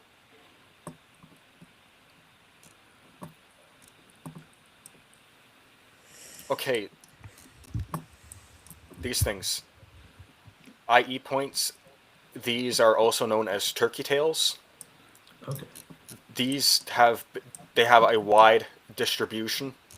They've been found all the way from the East Coast. They've been found down south, and they've been found all the way up here in the northern Great Plains.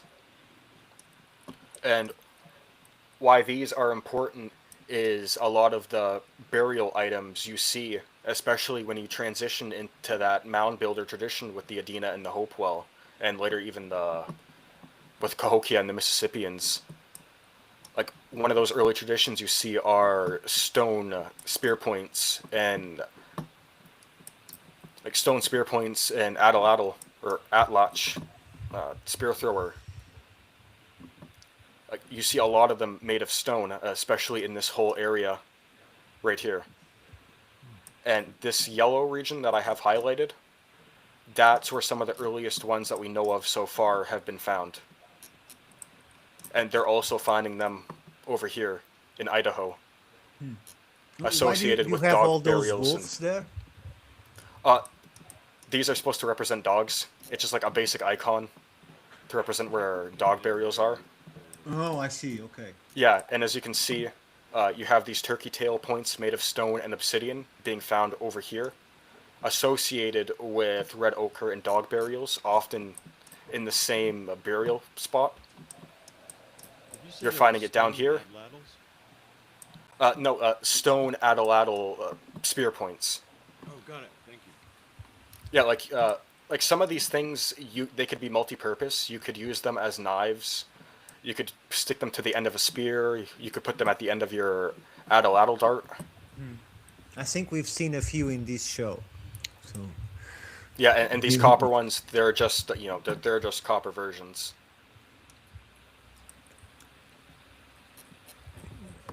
would the one that you showed us, Rick, be included in any of these two categories?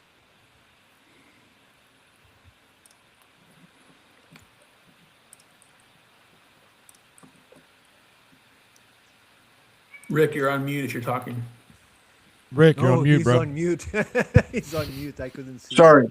The knife is from, it was found on the bottom of Lake Michigan.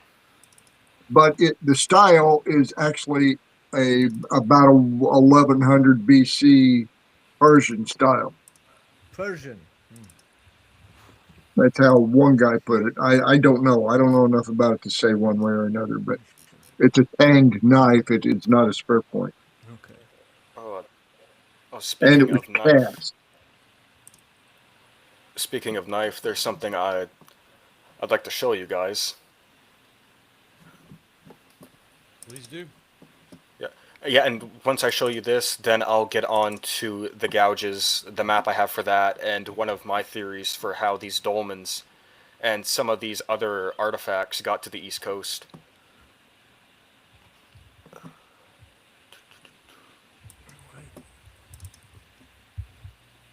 just need 2 minutes, guys. I'll be right back.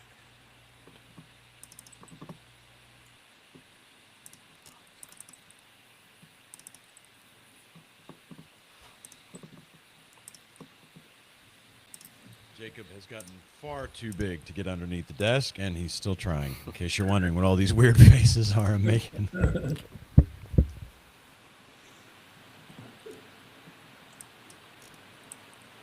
Okay, can everyone see that? Yes. Yeah. 21 inches. Wow, geez. Yeah. That's copper? Yeah, that's pure copper. That's Great Lakes copper. This guy was walking along one of the lakes in northern Ontario one day, and he found this thing eroding out of the beach sand. Wow. And he took a bunch of photos of it, and got the site documented for the Canadian government. Wow. And they've been doing a lot of work around that lake, and they've been finding a bunch of incredibly well-made copper artifacts there. Wow. But this is one of the incredible ones for me and a lot of the avocationals and even professionals. I'm surprised they let him keep it. Right? Canada's terrible. that is badass, man. Thank you for sharing the picture. That is very cool. Yeah, and a lot of like items like this, especially the large ones, those are being found around Lake Superior. Okay, I have another thing here. I talked about those gouges, and they are incredibly important because they touch on a subject that was tackled back in the 1940s by this guy named Guttorm Jessing. And unfortunately, he didn't have enough data back then to connect enough dots. He published this book called Acta Arctica back in 1944. And he noticed, after looking at museum collections, that like the material culture for the Eastern North America and around the Baltic and Scandinavia, it's practically identical. Like burials, the slate items they were using, stone ulus, and even woodworking gouges. If you laid them out on a table for a room of professionals to look at, they wouldn't be able to tell which is which. The same is true for clothes, drums, ceremonial items, altars, the construction, the style, everything.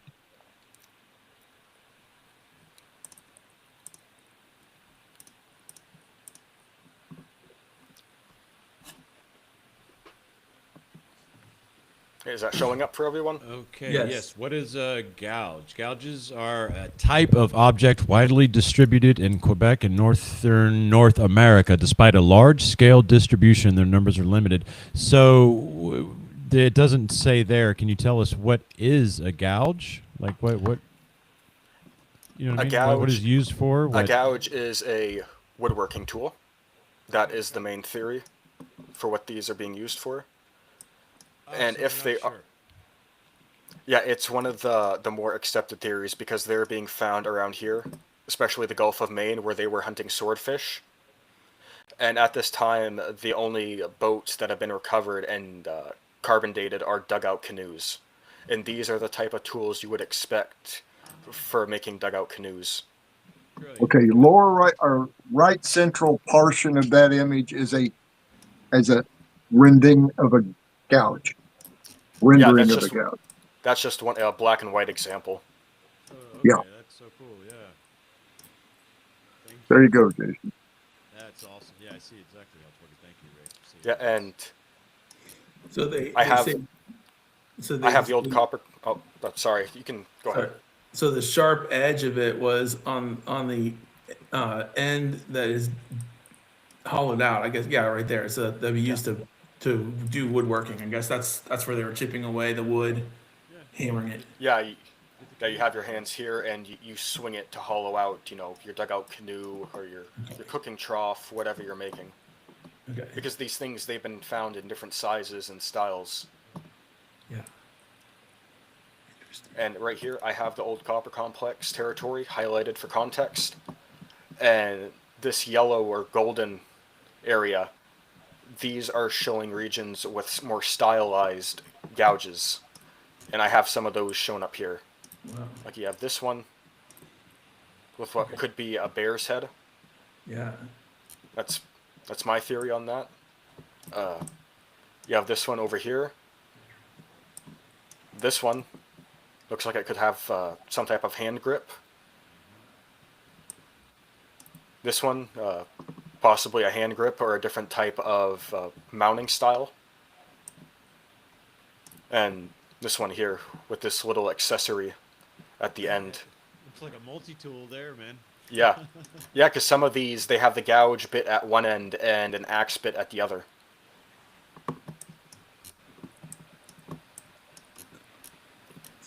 So density is red. High density is darker red. Mhm. Interesting. What are the other colors on in there that in the legend? Okay, yeah, and like with the other older maps, I have the different trade routes that have been documented. I just have those highlighted, showing where the artifacts are going to and their sources. Wow. Yeah. So they're So, like, going.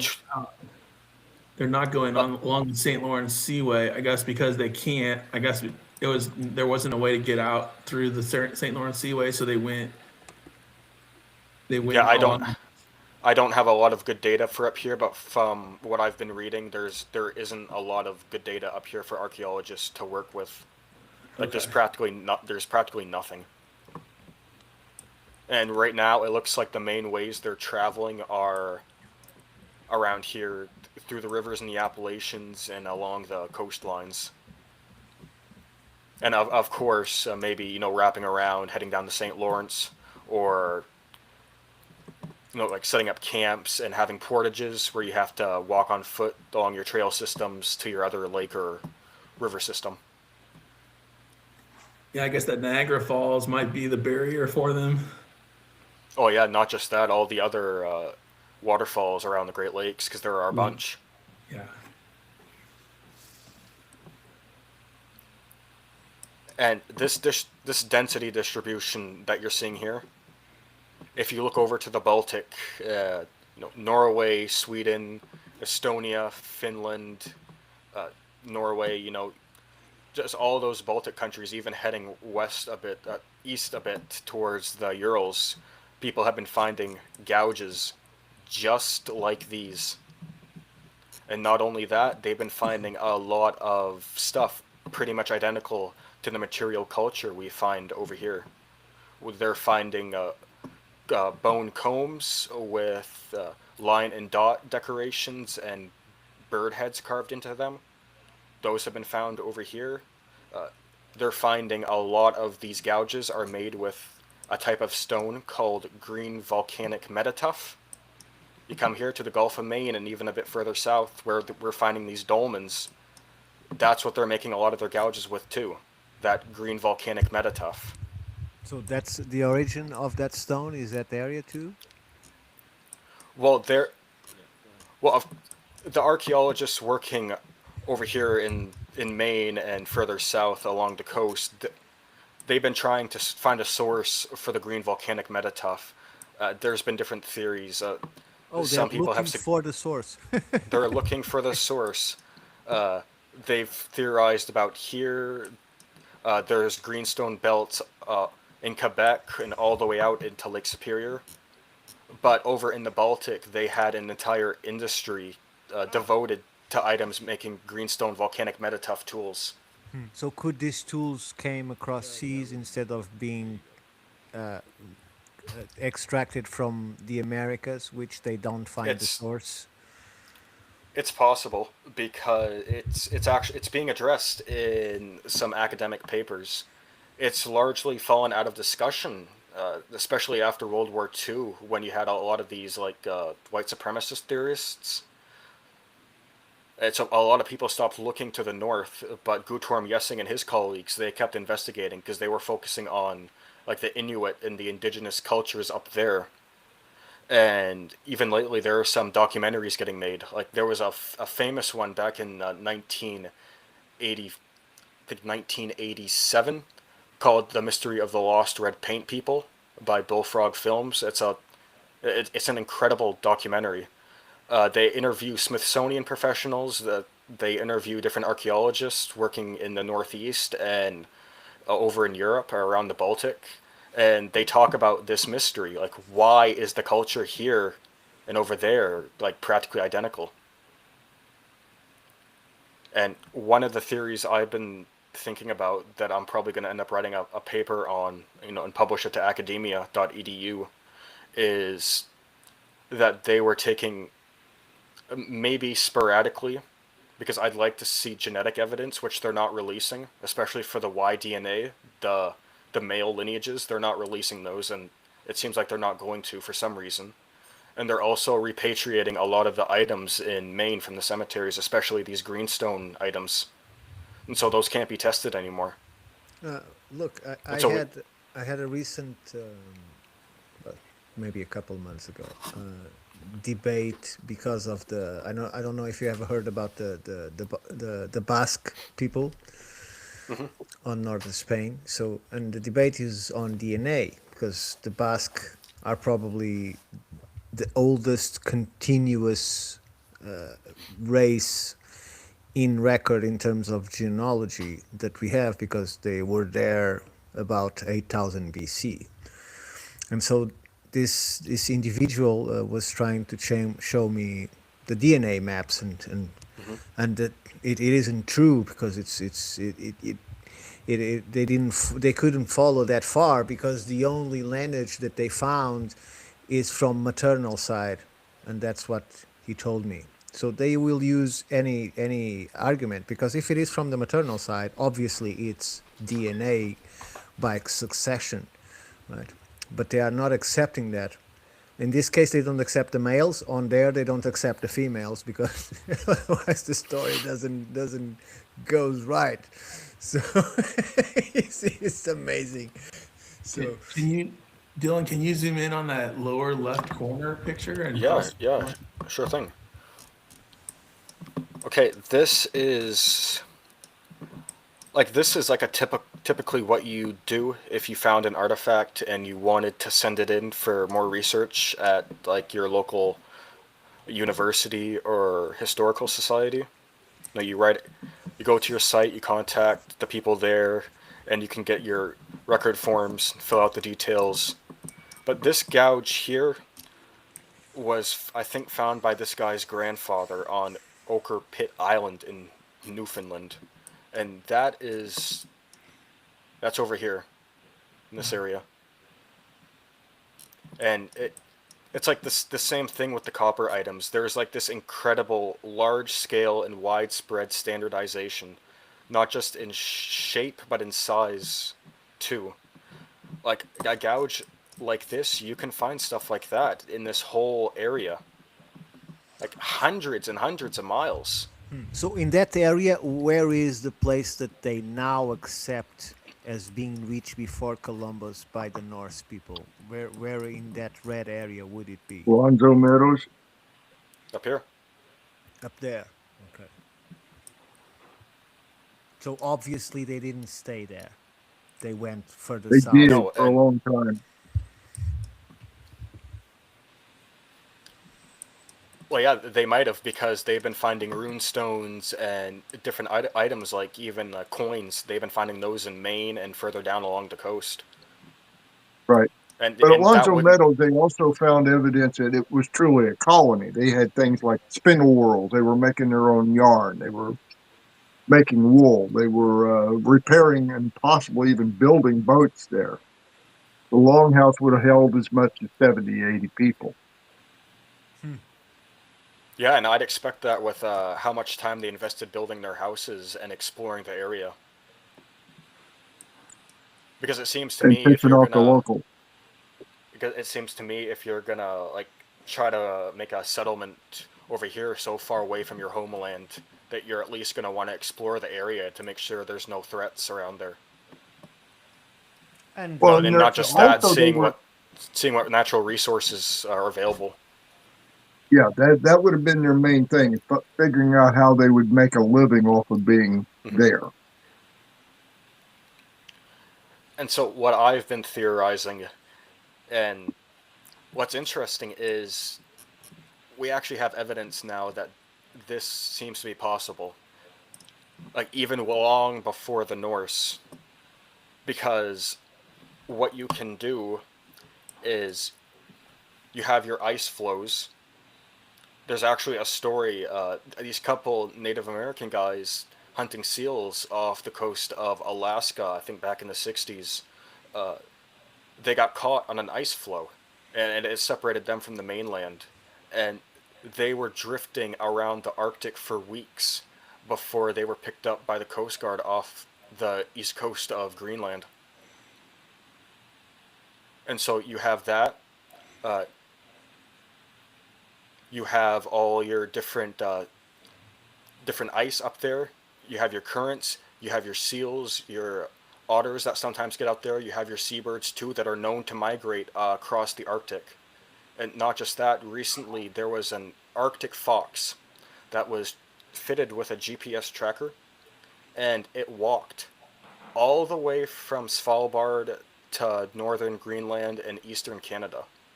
It just it walked there with no help.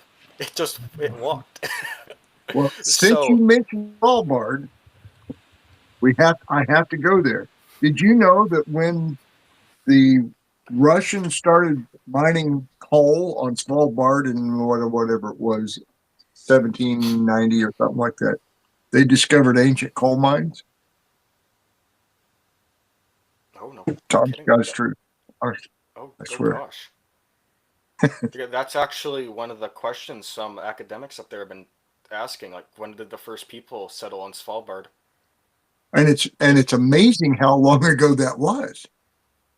Because the people up there, they've been seal hunting, whale hunting, and polar bear hunting, and even ice fishing for thousands of years.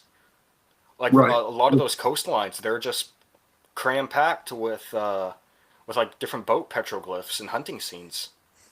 yeah, but I don't think that the Inuit would have great use for coal. But Well, Well, maybe not. it depends. Like maybe, like if those sites are ancient, maybe people were heading out there to mine and bring that stuff back to the mainland.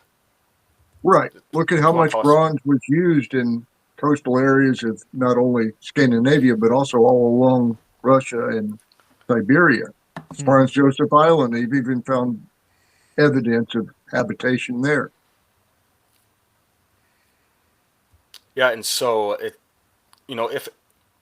if an Arctic fox can walk across the Arctic ice and make it all the way from Svalbard to northern Greenland and eastern Canada, couldn't like a pack of people, well dressed, well equipped with sled dogs or kayaks, couldn't they do that same thing?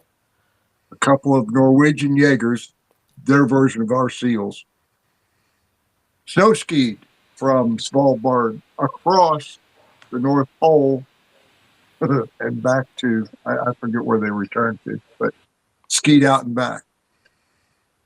Yeah, and not only that, if you look at the map of the ocean currents, like they'll take you from eastern North America all the way up to Scandinavia. Oh, So yeah. you could have people from here also making it out that way. And there are actually some Inuit canoes stored in some museums at the British Isles from Correct. people from seal hunters living in Greenland and coastal Canada that got sucked out into the ocean, Yeah, and Well, the some they of the, Yamok. touch and they touched down in like Scotland and Northern Ireland between the well, yeah, 1500s and 1700s. And the Yamok would take you from Iberia down to the Canaries and then to the Americas and then go back yeah, up it's a big circle. But and the Norse figured out that if you can identify by surface where the eddies are off of the Gulf Stream, then you can go in reverse of the Gulf Stream almost as fast as you can ride the Gulf Stream to the east. Mhm. So they could make the trip from west to east in about 3.5 weeks without a steamship. And they could go the other way in about 5.5 weeks without a steamship. But they also weren't relying on sails like the later ships were, not entirely. No, and it's interesting you mentioned sails because I was just thinking about that because you know like during this time during the Bronze Age, the Mediterranean is well known to have sailboats. But if you Big look one. up north around the Baltic, there's papers coming out now saying that those people were likely had sailboats too, because they were trading a lot. Mast one. Yeah, there's petroglyphs going back thousands of years up there showing ships with huge masts and sails. have Yeah. you ever heard of Copper Harbor? There is a stone with a ship. Oh yeah, yeah. Not just that, like that classic northern boat style. It's a style that Barry Fell has shown before in his books. I don't agree with some of his theories, but like this northern like interaction, like this commonality you see east and west between the Baltic and northeast North America. I just want to let you all know it's being talked about in professional literature. It's just so niche that a lot of people don't know about it. Well, 15, 20 years ago, when the Friends of the North were active, and it was a group that was actually kind of co-founded by the director of the Smithsonian, that Mhm. their theory was that the first arrivals were from actually the French coast, and they followed the rim of the ice across the North Atlantic Yeah, and what's by interesting is boat. the earliest dates for gouges we have of that iconic style that's found in both continents. It happens at the coasts. Yeah, It's around 8,000 to 7,000 BCE for North America, and in Norway, it's right on the coast, northern coast, around 8,000 BCE. Can you pull up that map that shows the European gouge density? Sure. If Yeah, you I can have, do that. Yeah. I'm sure Uh, you however you I just read want to it. let you know I don't have a one as stylized as that. I still haven't worked on that map yet, I just have a basic one. Okay. Have any of the people you're talking to or yourself know anything about the Phoenicia? I'm Is talking that a about a question? boat, a particular boat. Yes. What about it? Because I haven't heard Okay. that A mentioned by Phoenicia any of my is colleagues. is Okay, a a brief rundown. The Phoenicia is a replica of a Phoenician ship that was found in Oh, the okay. mud, Okay. Uh, oh no, wait. Go on. and, it's a perfect replica of a 600 BC Phoenician riverine ship. And then a guy by the name of Philip Beale had it commissioned to Okay. be Yeah. replicated using conventional, I'm sorry, contemporary means and tools and surplus woods, so to speak, to replicate. And then he sailed it around Africa and he sailed it across the Atlantic, something like 35,000 nautical miles total length, proving that it could stand up to a crossing or three. And currently it is being reassembled in Utah. Yeah, and yeah, I think yeah he did more than one trip too. He did more than one. He did an outbound trip.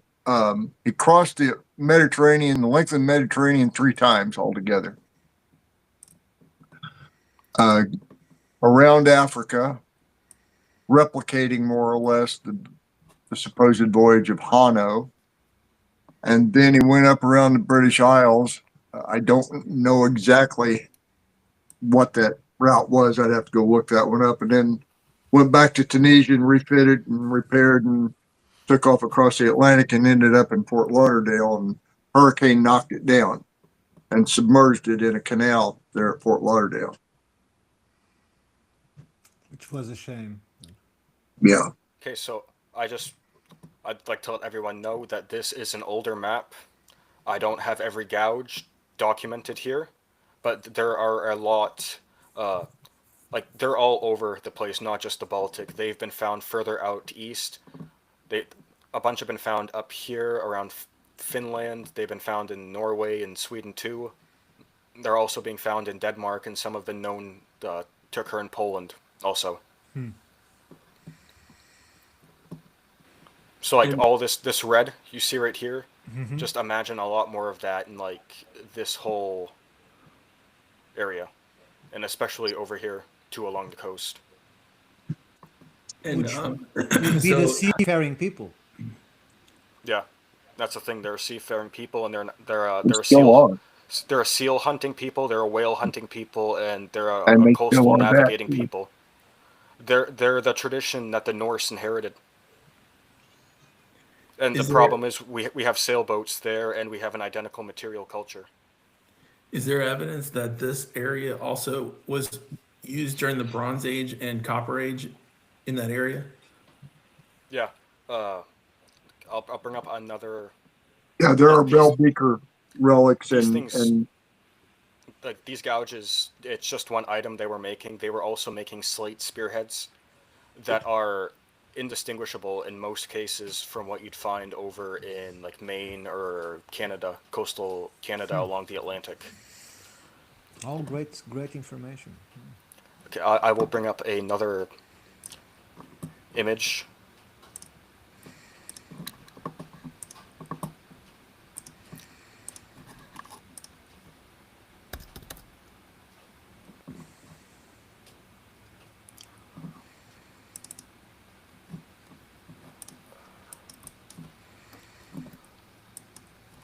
Okay, here we go.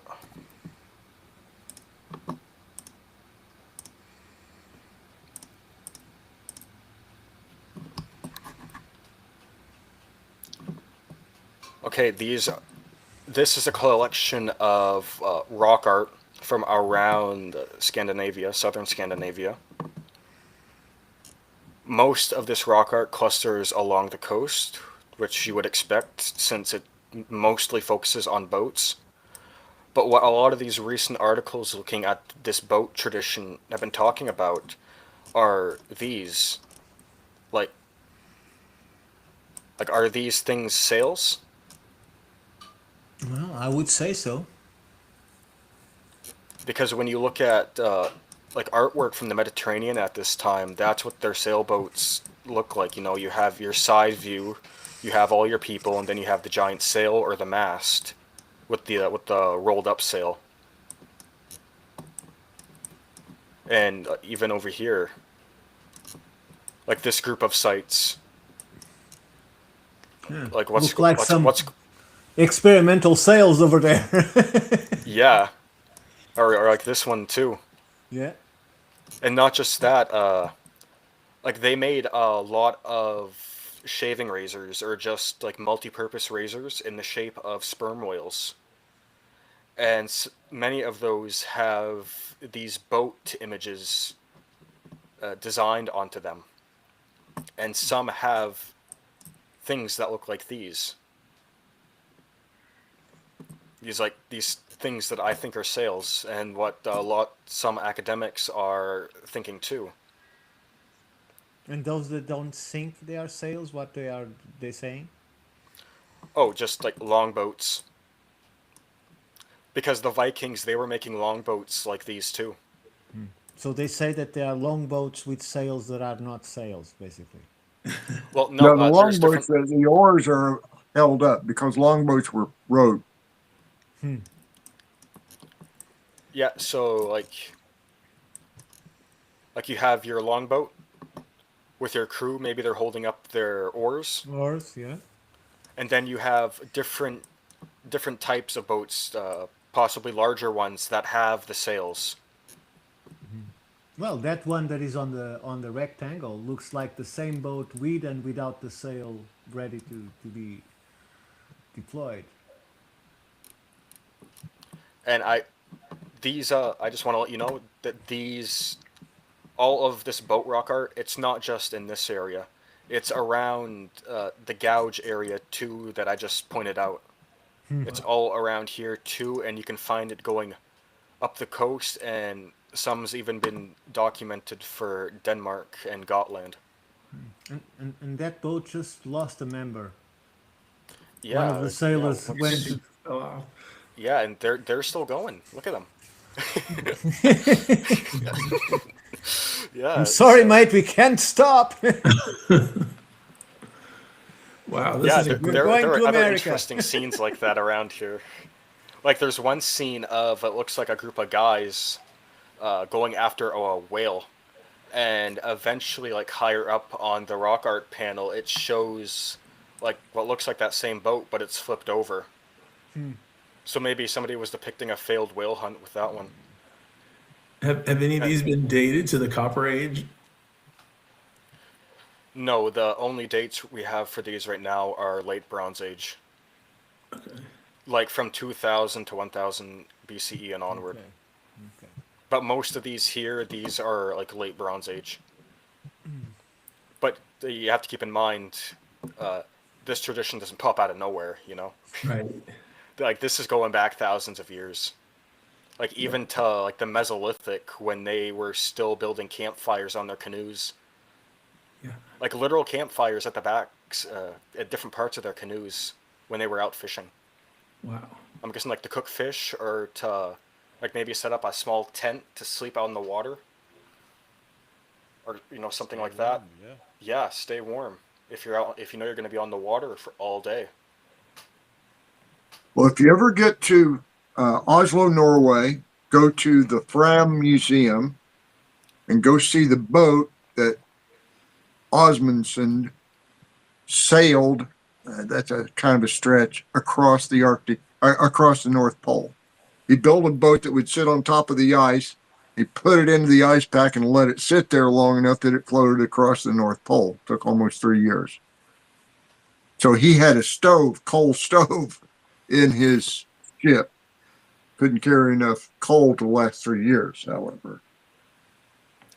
And what's interesting about this rock art, it's part of a larger tradition. You can find rock art similar to this that's being considered part of this tradition all the way over in the Altai Mountains. Some of it's been found in Siberia, like Siberia's east coast along certain rivers. But there is another site where this style of rock art has been found. and I will bring up an image of that. Can you guys guess which site that is? Lake Superior. Close. Very close. Copper Harbor. It's a site called Teaching Rocks in Peterborough, Ontario. Yeah, Peterborough's got them.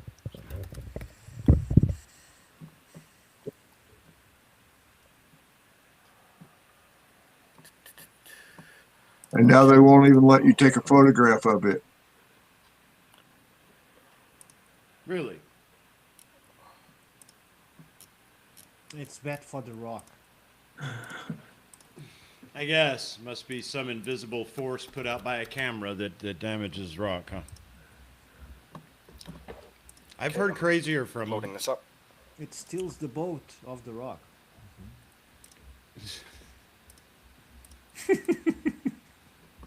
It changes the petroglyph and it makes it look like a boat. Okay, that's what happened here. Somebody came and took too many fucking pictures, and this looks like sails and it looks like they had big boats. They didn't. Stop with the pictures, y'all. No, they're not even actually boats. They're just like toy models of boats. Yeah, right, right. Like they weren't making actual boats. They couldn't do that. Wow. You know, if we could figure out how to do this our size, we could get somewhere in this world. I don't know why we're stuck with miniatures. Yeah, the narrative is a funny thing, man. Look, it's like the Maya. They could build gigantic calendars in the perfect circles that were wheels of stone, but they didn't know the wheel. I was just thinking about that. Like, even in the Pacific Northwest, like they had like ritual food carts that they attached wheels to. Yeah, they and would toy. Yeah, and they would roll those into their like lodges and things. Lies, all lies. They didn't have the wheel, all lies. And then also in South America, man, they've got those massive, broad roadways, right, that stretch forever and ever, and so broad that you're not doing that for just standard foot traffic. And Well, there was one of those in Ohio as well. Yeah, the Great Hopewell Road, and even in South America, those roads were being made like thousands of years ago. They're so ancient that they're starting to get covered by sand and mud. It's a pity. Like I remember No when one- I first no started one had looking the- at I remember when I first started looking at those roads in South America, like just spending hours on Google Earth trying to track them and trying to connect the lines. Like, oh, it reappears from the sand here, then it disappears, then it reappears again all the way over here, and then it disappears. I can't find it anymore. The long straight lines. Yeah. They know how to do it. So, gentlemen, where are we? We're about 20 minutes over our usual goal time. I'm not saying we can't keep going. I'm just being cognizant of where we usually say adios. Yeah. Well, the old fart says, I'm getting kind of tough. I'm with the old fart, so I guess that makes me an old fart. But I've been traveling, so I didn't want to interrupt anybody else that was really digging this, because I am really digging it, is where I'm going, Dylan. Yeah, me too. What I'd like to say just briefly, and then I'll let everybody else say something to you, is thank you very much, first of all, man.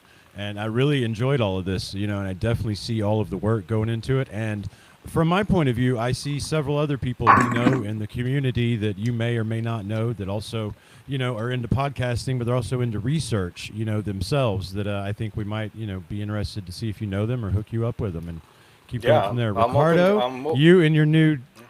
Go ahead. Yeah, I'm open to chatting with anyone. I spend a lot of my time talking with professional archaeologists, everyone from John Hoops to Flint Dibble and others. But I like talking with the alternative community too, and avocationals. I just like hearing what people have to say, what they're thinking, issues they have with academia. All people that we love to have here. Yeah. So. Yeah, we don't much go with labels here. I mean, people are people, Yeah, that's the thing. People are people. Yeah, they have different ideas. That's it. You telling me you're an academic or you telling me you're an independent does nothing for me. Show me what you're doing. Yeah. Tell me how you got this data. Right. That's it. But on that note, Dylan, I want to thank you for what you're doing with the data, and I want to thank you for bringing it here. Oh yeah, no problem. You're one of the first groups of people I've shared this stuff with. especially like this northern ice crossing theory. Like Yeah. what's concerning to me is we don't have genetics. What we do have is all the material culture, and you can go on the museum databases themselves. Whether over here, you can look at the Royal Ontario Museum, you can look at the National Museum of the American Indian, you can look at the Peabody Museum from Harvard, or you could look at some of the Baltic museums in Finland or Denmark or Sweden or Norway. You can look at these artifacts yourselves, and you can look at the literature. Like go on Google Scholar, look up Circumpolar Stone Age, and you should find articles or documentaries talking about that. People are aware of it. It's been a mystery for decades, at least since the 1940s, but it's getting nowhere near the attention that it deserves. And if anything, it could really be a case for like an actual route for transatlantic contact before Columbus and even before the Vikings. And Way there's before the Vikings. one last thing I want to show you. This was found back in the 1920s, maybe a bit before. It was written about in the 1920s, and it was an artifact found in Massachusetts near Mystery Hill. You know, America's Stonehenge, that site. Yeah. Salem, And, like, New Hampshire. Yeah, and like that site, like all those dolmens, they orient around that place, which is really interesting. Some guy walking along a creek down in that area, he found something sticking out of the mud. And I am going to bring up an image of that. Because if you're at all familiar with European archaeology, especially in the Bronze Age, this should really stand out for you. Was it Shrek having a bath? Maybe. I don't know if that one's been documented yet. It might be floating around the museum somewhere. Museums are known to lose things from time to time. You, Maybe you that- can ask I'd say Vince. from time You to can time. ask Vince that they've lost a few things. Maybe that Shrek figurine's floating around in the Smithsonian somewhere. But it's this. It's being interpreted as an authentic artifact. It's on display right now as an authentic artifact. But the thing is, that is a European halberd. And to me, that looks Is like it an iron? Irish. No, that's bronze. Is it- We're pretty sure it's bronze. It could be copper, but it looks more like bronze to me. That looks like Have they anything you'd tested it? find. Not that I know of. I haven't really been able to find much documentation on this besides an old 1920s book with an article written by the president of Harvard. And it gets shared to different social media groups from time to time. And like as soon as I saw this image of the thing from the museum, like I had to save it and like share it with somebody. The four mounting holes looks kind of standard, right? I mean, that, you know what I'm saying? So is that might be a lead as to what this thing is. Is that Yeah, it's either a halberd, Okay. which for those who don't know, it's on a stick, right? Well, Okay, it's a yeah. pipe with an axe head, Imagine, basically. There you imagine go, this- okay. Imagine this is your dagger. Yeah. You have the shaft mounted like that, so you can like swing it Yeah. almost like you'd swing an axe. Got it. The alternative is this thing was a dagger with a traditional dagger handle. But what's interesting is that style with the four holes arranged in that pattern, and even the shape of the blade. That's like what you'd expect to find during Ireland's Bronze Age. And where was this So- found? This was found in New England. Yes. It was found, I think, it was found in Massachusetts, southern Massachusetts. Wow. Fantastic. Thank you for sharing this. Yeah, I love that. Okay, never mind. My bad. Northern Massachusetts, near southern New Hampshire, near Mystery Hill. I Okay. needed to correct that. It's found like in the middle of that whole dolmen concentration area. Wow. Unfortunately, we don't have any organics with this thing. So we don't know if it was a planted artifact, if somebody dropped it way back when as an heirloom, like during early colonization and settlement. But like for me, looking at all like the confirmed material culture similarities we have with Northern Europe and It was Northeast where North it America, belongs. yeah, it fits. That's the thing. It's what you Well, would expect. we know somebody who could do metallurgy on it and give you some answers if you could find it. Yeah, that would be nice. Yeah, if you can find it, I'm sure it can be done.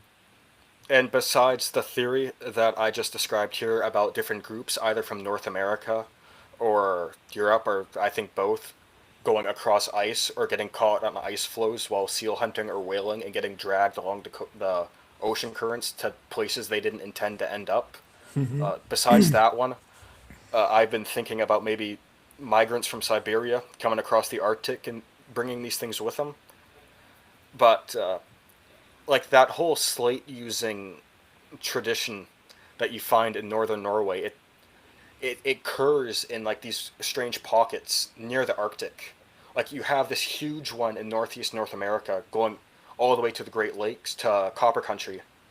You have it in the Baltic heading out east to the Urals and the Eurasian steppe, but you also have it in southern Alaska and especially on Kodiak Island. You have very similar slate forms all around this circumpolar zone, but they're occurring in pockets. So Don't that's why stop I'm there. thinking. You So carry on that's why into I'm. Japan because they're in Japan as well. Yeah, they're in Japan too. But the thing is, a lot of those similar forms they start popping up at the same times, like in the north, and they disappear at the same times in the north. Then they appear with different cultures in the south later on, and sometimes different styles. I've noticed that, especially with Asia and, like you had said, Japan. Yeah. So But it's next interesting to time you me. come back, we'll take this and we'll direct it towards catastrophism. Yes. Oh yeah, natural disasters are a real thing. They've really affected societies in the past. Yeah. And one of the points I want to make here before we say goodbye to everyone is for a very long time, and it's finally being acknowledged in the professional, in like the academic literature, that there's been a strong bias towards land. Like people using trails, using wagons, things like that. Nowhere near enough attention has been paid to water or boating. And it's looking like now both were equally important. Not just wagons and trail systems, but shipping lanes, canoe travel, things like that. Through And maritime. yeah, and that's the thing. We have the evidence finally now of like a maritime culture, not just in North America, that could have traveled over to Europe, which even the like Roman authors describe. That's the thing. Like they like describe groups of, or like even with Plato, like describing, our music said at the beginning, we were mariners. So, yeah, or even with Plato, that mysterious copper using culture from a continent across the sea Yeah. coming over to Europe. And Even the Romans, conquering it. yeah, Western Europe, and even later writers in the Greco-Roman period described the same thing. They described a group of people from a continent across the Atlantic that came to In the the 14th Hyperboreans. island. It's a fragment preserved in a series of books written by Alien in the Middle Ages. Aelian. That's how you spell his name. I think it's book 3, chapter 18. It gives a whole account of who these people were, how they were strange to the people of Europe, how they came to the Hyperboreans, who are apparently who have been associated for a long time, since at least the Greek time, with Northern Europeans. And you look up there and you have the identical material culture. Yeah. It's so Wow. it's like maybe some group of Native Americans made it over here thousands and thousands of years ago. Like made it all the Well, way to Europe. At least one did. It made it to Iceland around 1000 AD. We know that Are you talking about because the there is genetics? DNA. Yeah. And what I'm hoping for is more genetic testing, not just in North America, because that's an issue here with a lot of the tribes. They don't want their genetics tested. But even with Europe too, because there was this thing called ghost gene flows, where even if you have like a migration event and people have children, if those incomers are small compared to the rest of the group, their genes can practically disappear altogether. So that when Yeah. you do testing in the modern times or even like in the Middle Ages, you won't find any of their genetics. Yeah, and I can And tell you in that. far Western Europe, the acidic soils have pretty much annihilated any usable remains. And That's a big problem, Iberia, especially for the north, in because we get Iberia, hints of this. Nope, finish what I, you were I, I'm saying. just going to say that in Iberia, around 4000 BC, 90%, 97% of the males were exterminated. So there's also no DNA records because the people that live there don't know who they belong to because after that invasion and the dissemination of the males, it eradicated completely the genetic pool that existed at to that point. So Yeah, and like I was saying with the woodworking, especially with these northern cultures, it's such a pain. You know, every now and again somebody finds this beautifully decorated ore, like from Denmark, or like what people are finding over here in Wisconsin, the dugout canoes. Like you can sense looking at these beautifully decorated items, or even just the dugout canoes, comparing it with all their other decorated items, whether it's stone, bone, wood, uh, and looking at all the different tools they were making and how standardized and well made they were. It really hints at like a really intensive woodworking tradition that's just almost been lost. well, I think in relation to the canoes, I've been in a presentation not long ago, and I think the academics should ask the indigenous people what were those canoes for and why were they where they were, right? Because they Can think that brown do for you? yeah, they think they Yeah, found something, but they really didn't. So I would advise them to talk with the people that actually knows what these things symbolize and what they were for, yeah, instead of definitely. trying to make conjectures about what they found. Yeah, because we have a lot of unanswered questions, not just for the world, but especially for North America. So I would really encourage people listening, and even you guys too, to like look into this stuff. Like, why are these material cultures practically identical? Yeah, that's Like, fantastic. almost nobody's talking about it, but the literature's there. Some academics are know about it, and they're trying to get others to notice it too. Yeah, no, it's fascinating, man. Fascinating Absolutely. work. Yeah, I definitely would foresee future conversations, man. I mean, everything you're presenting Sure. is Well, Just extremely Dylan, me. when you interesting. convince Flint Dibble to consider that there might have been trade back and forth before Columbus, I will be very impressed. I'll keep it in mind. I'll work towards it. Eh, I No, can do that no, for you, man. bud. all right, I Thank you. appreciate that. Thank you. Uh, Yeah, but I thank you for what you do, sir, and I appreciate it, and I hope to see some more of it as soon as we can get it together. yeah. If you guys liked having me on, and the audience liked Definitely. hearing what I had to say and what I had to show, I'm more than open to coming back on. Just Yeah, let All me know. right, absolutely. Thank you. we'll talk Yes. about scrapers next Dylan, time.